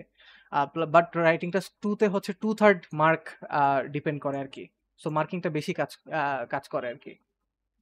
সো জাস্ট দুটো এভারেজ করা হয় না, যেটা স্পিকিং এর ক্ষেত্রে আমরা করে থাকি। আচ্ছা, সো আমি এই কোশ্চেনটা আপনাদেরকে দিয়ে দিচ্ছি। এটা নিয়ে আমরা ডিফারেন্ট ভাবে যেভাবে এটার মানে সলিউশনটা করব। আচ্ছা, যেটা বলতেছিলাম যে মানুষ ফার্স্ট ওয়েতে যায় কেন? কারণ ফার্স্ট ওয়েটা মানুষের কাছে মনে হয় যে easier. But to be honest, এইভাবে কিন্তু স্ট্রাকচার করাটা কিন্তু টাফ হয়ে যায়, ঠিক আছে? এইভাবে কিন্তু স্ট্রাকচার করাটা টাফ হয়ে যায়, এবং এরকম বিশেষ করে সেই সব টাইপ অফ কোশ্চেন্সে বেশি টাফ হয়ে যায় যেখানে আসলে স্পেসিফিক কোনো ট্রেন্ড যখন বুঝায়, তখন কিন্তু ইজিয়ার হয়। যখন কোনো স্পেসিফিক ট্রেন্ড ফলো করে না, তখন কিন্তু ব্যাপারটা টাফ হয়ে যায়, ঠিক আছে? মানে প্লেন আপনার কাছে যদি দেখেই মনে হয় যে হ্যাঁ একটা ট্রেন্ড আছে, ফর এক্সাম্পল আপনি সোডিয়াম দেখে ধরেন হাইয়েস্টটাকে দেখতেছেন, লোয়েস্টটাকে দেখতেছেন, বাট এটার ওভারঅল ট্রেন্ড কোন কোন টাইমে কোনটার ট্রেন্ড কেমন, এটা কিন্তু আপনি ডিরেক্টলি বুঝতে পারতেছেন না। আর এই জন্য আপনি যখন এই স্ট্রাকচার ফলো করে যখন লিখতে যাবেন, আপনি ভ্যালুগুলোকে উল্লেখ করবেন ঠিকই, বাট আপনি ওভারঅল জিনিসটাকে কিন্তু ফুটায় তোলা আপনার জন্য কিন্তু টাফ হয়ে যাবে, এবং এটাই কিন্তু সবাই করার ট্রাই করে। এবং আমি এটা শুরুতেই দেখানোর পিছনে কারণ হচ্ছে যে সবাই প্রথমে ভাববে যে হ্যাঁ এইভাবে বোধহয় করতে হবে, বাট আসলে ব্যাপারটা তা না। এটা আপনার টপিক ওয়াইজ ডিপেন্ড করবে, কিন্তু আমি এটা শুরুতেও বলে আসছি। এই জন্যই আমি যেটা বলি স্টুডেন্টদেরকে, যে আপনারা ডিফারেন্ট যে কাজটা করতে পারেন, যে ক্যামব্রিজের ডিফারেন্ট কোশ্চেনগুলোকে নিয়ে আপনার টপিক লেখার দরকার নাই, আইডিয়া জেনারেট করার দরকার নাই। আপনি জাস্ট কোশ্চেনটা পড়ে বুঝে আপনি জাস্ট ইনফরমেশনটাকে বুঝে একটা স্ট্রাকচারটা আগে লেখেন। স্ট্রাকচারটা জাস্ট এভাবে, জাস্ট স্ট্রাকচারটা একটা দাঁড়া করান আর কি। এভাবে একটা স্ট্রাকচার লিখে দেখেন, তারপরে দেখেন যে আপনি মনে মনে আপনি তারপরে এলাবোরেট করেন যে আপনি কোন ইনফরমেশনটা কোন প্যারাগ্রাফে কিভাবে ফেলবেন। এতটুকু যদি আপনি এক্সারসাইজটা করেন, আপনি কিন্তু অটোমেটিক কিন্তু আপনার জন্য ইজিয়ার হয়ে যাবে যে আমি কিভাবে ইনফরমেশনগুলোকে আমি পোর্ট্রে করব, এই জিনিসটা বোঝাটা আপনার জন্য অনেক বেশি ইজি হয়ে যাবে। আপনার তখন লেখাও লাগবে না।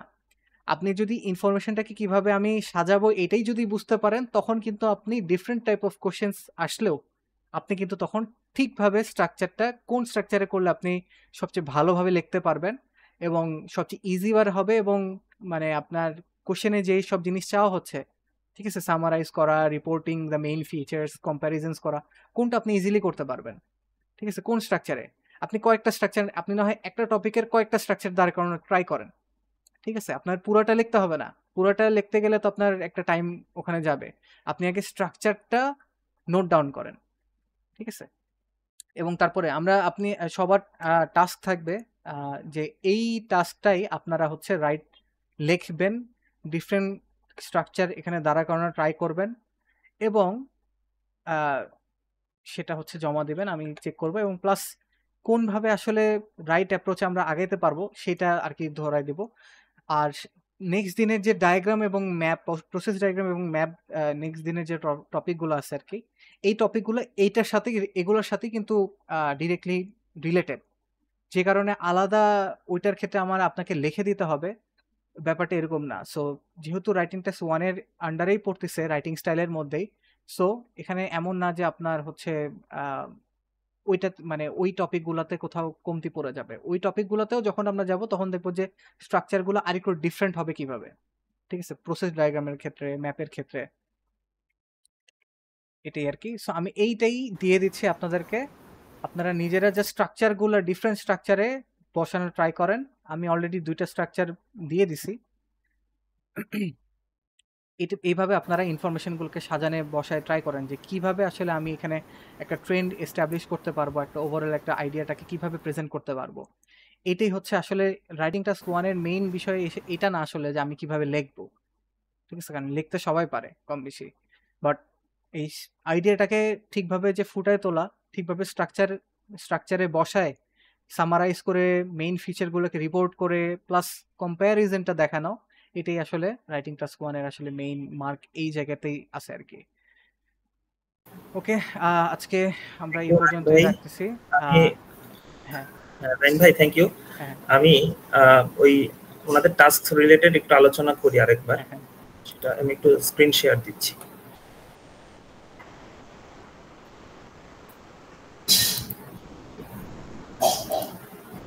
আমাদের প্রোগ্রেস ট্র্যাকারটা আমি একটু রাইন ভাইকে একটু পরিচিত করাই দিচ্ছি। উনি তো অসুস্থ ছিলেন, এই জন্য একটু ডিটাচড ছিলেন। এটা সো আমাদের আজকে তো ক্লাস 3 গেল। সো ক্লাস 3 এর আন্ডারে যে সব টাস্কগুলো ছিল সেগুলো হচ্ছে আমাদের যে অ্যাসাইনমেন্টস ছিল সেইখান থেকে নাউন, অ্যাডজেক্টিভ, অ্যাডভার্ব, প্রিপোজিশন এগুলো একটু করে নেবেন। যদি প্রবলেম হয় সরাসরি আমাকে জিজ্ঞেস করেন, আমি রাইন ভাইকে বলার দরকার নেই। এখানে এই অ্যাসাইনমেন্টসগুলো আর কি আমি হ্যান্ডেল করব। আপনাদের কোনো এই রিলেটেড কোনো প্রবলেম হলে আমাকে ডিরেক্টলি বলবেন। আর টাং টুইস্টার যেগুলো আমি বলেছিলাম, লিস্ট করে দিয়েছিলাম, সেগুলো কিন্তু রেগুলার প্র্যাকটিস করার বিষয়, যাতে হচ্ছে আপনাদের মুখের জড়তাটা চলে যায়। স্পিকিং এ আসলে ফ্লুয়েন্সির জন্য আর কি টাং টুইস্টার প্র্যাকটিস করা জরুরি। তারপরে যেহেতু আজকে রাইম ভাই গ্রাফ নিয়ে আপনাদের সাথে আলোচনা করেছেন, তো গ্রাফ রিলেটেড একটা ভিডিও আছে আইএলটিএস অ্যাডভান্টেজের, সেটা একটু দেখবেন। আর আজকে তো স্পিকিং টপিক নিয়ে আলোচনা করার কথা, বিশেষ করে হোম অ্যান্ড অ্যাপার্টমেন্ট নিয়ে প্র্যাকটিস করার কথা। আমি ট্র্যাকার টুলে তো দেখছি যে আপনারা একজনও কি প্র্যাকটিস করছেন না, একজনও আপনারা স্পিকিং প্র্যাকটিস করেন নাই। সো প্রত্যেক ক্লাসের আগে আপনারা চেষ্টা করবেন প্রত্যেকটা টাস্ক কমপ্লিট করতে। এতে করে আমরা তো দেখতে পাই যে আপনারা প্র্যাকটিস করছেন কিনা, প্লাস হচ্ছে আপনারাও নিজেদের মানে প্রোগ্রেসটা দেখতে পারবেন। সো হ্যাঁ, ঐন্দ্রিলা আপু বলেন। ভাইয়া একটু এই চার্টটাতে কিভাবে করব, মানে আপনি এই যে হোম সম্পর্কে আমি কিছু বলে ভিডিও করে ভিডিওটা আপলোড করব এরকম কিছু, মানে আমি আসলে এরকম কিছু না। আমি বলছিলাম যে হোম অ্যাপার্টমেন্ট, এই হোম ছিল হচ্ছে প্রথমে আর অ্যাপার্টমেন্ট হচ্ছে সেকেন্ড।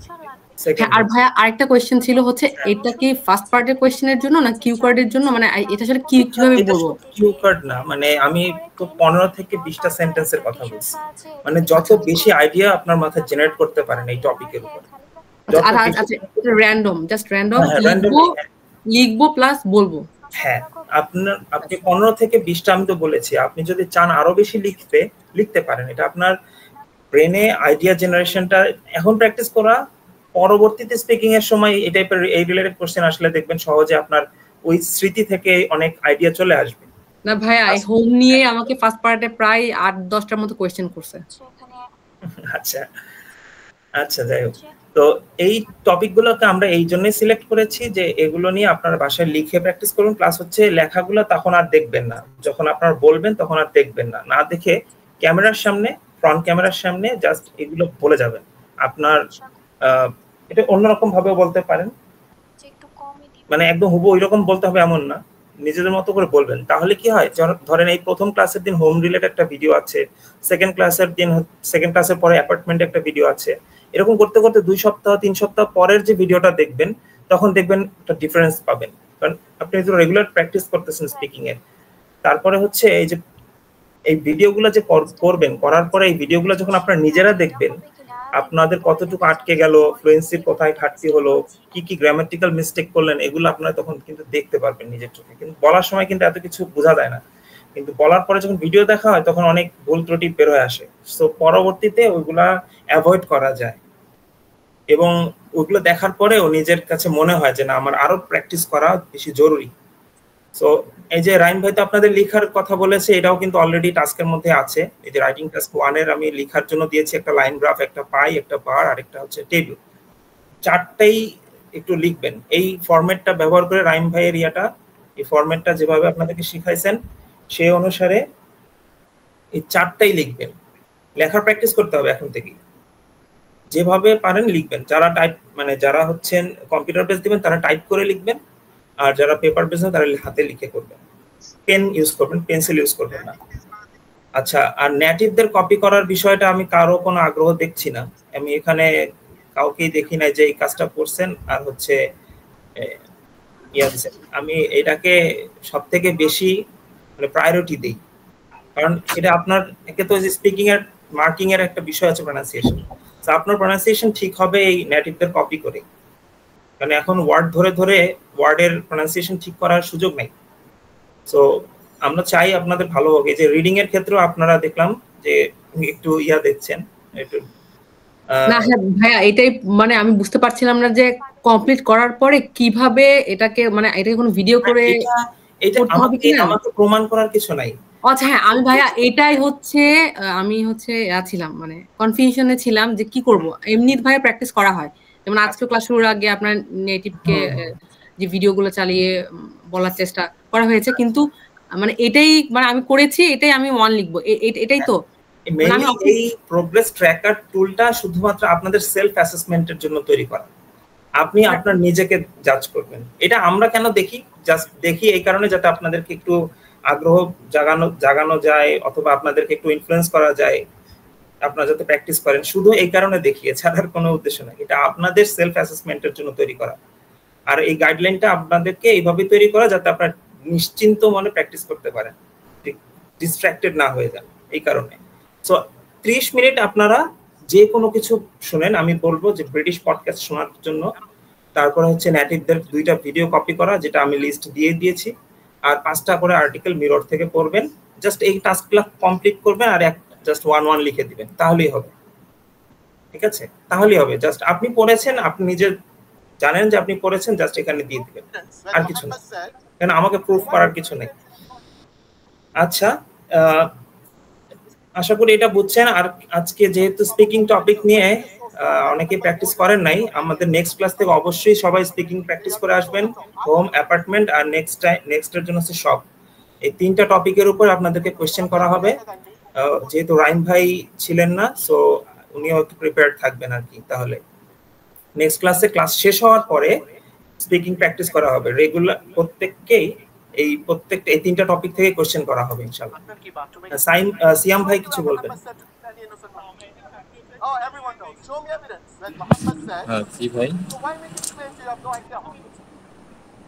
হ্যাঁ, সিয়াম ভাই কিছু বলতে চাইছেন মনে হয়।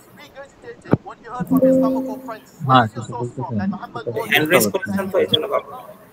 আচ্ছা, কনক আপু কিছু বলতে চাচ্ছেন? জি ভাইয়া, আজকে যে রাইটিংটা দেয়া হয়েছে ওটা কোথায় জমা দিব? এটা রাইম ভাইকে দিবেন। মানে রাইম ভাইকে কিভাবে দিব? মানে জাস্ট ছবি তুলে দিয়ে দিব নাকি? হ্যাঁ, যদি আপনি পেপার বেস দেন তাহলে হচ্ছে ছবি তুলে দেন লিখে হাতে, আর নইলে যদি আপনি ওয়ার্ডে টাইপ করলে আমি কি এটা হচ্ছে পিডিএফ নাকি ডক ফাইলটা দিব? ডক ফাইলটা দিয়ে দেন, তাহলে হচ্ছে এডিট করা যাবে ওই ওখানে না হয় করে, অথবা গুগল ডকে লিখে আপনি শিটের লিংকটা দিয়ে দিলেন, তাও হবে। ওকে ওকে ভাই। আচ্ছা, আশা করি টাস্কের বিষয়টা বুঝছেন। মার রাইম ভাই মনে হয়, রাইম ভাই বুঝতে পারছেন না কিভাবে এখন থেকে করবেন কন্টিনিউ। এই ট্র্যাকার টুলটাকে জাস্ট ওনারা ফলো করবেন, এখান থেকে আপনি ইয়া করেন। অ্যাসাইনমেন্ট গুলাকে আমি এখানে ইনক্লুড করে দিছি, আলাদাভাবে অ্যাসাইনমেন্ট গুলো থেকে খালি জাস্ট এই গ্রামারের নোটস গুলো দেখলেই হবে, আর আদারওয়াইজ আর কিছু দরকার নেই। বাকি সবকিছু আমি এখানে লিস্ট করে দিয়েছি। ঠিক আছে, তাহলে যদি আরো কোনো কোশ্চেন থাকে তো রাইম ভাইকে করতে পারেন, আর আমি তাহলে লিভ নিচ্ছি। আর রাইম ভাই আর যদি কোশ্চেন না থাকে, রাইম ভাই তাহলে শেষ করে দিতে পারেন। কোনো কোশ্চেন না থাকলে শেষ করে দেব। No ওকে question? ভাইয়া। ঠিক ঠিক আছে, ওকে, থ্যাংক ইউ। ভাইয়া আসসালামু আলাইকুম। জি, ওয়ালাইকুম আসসালাম।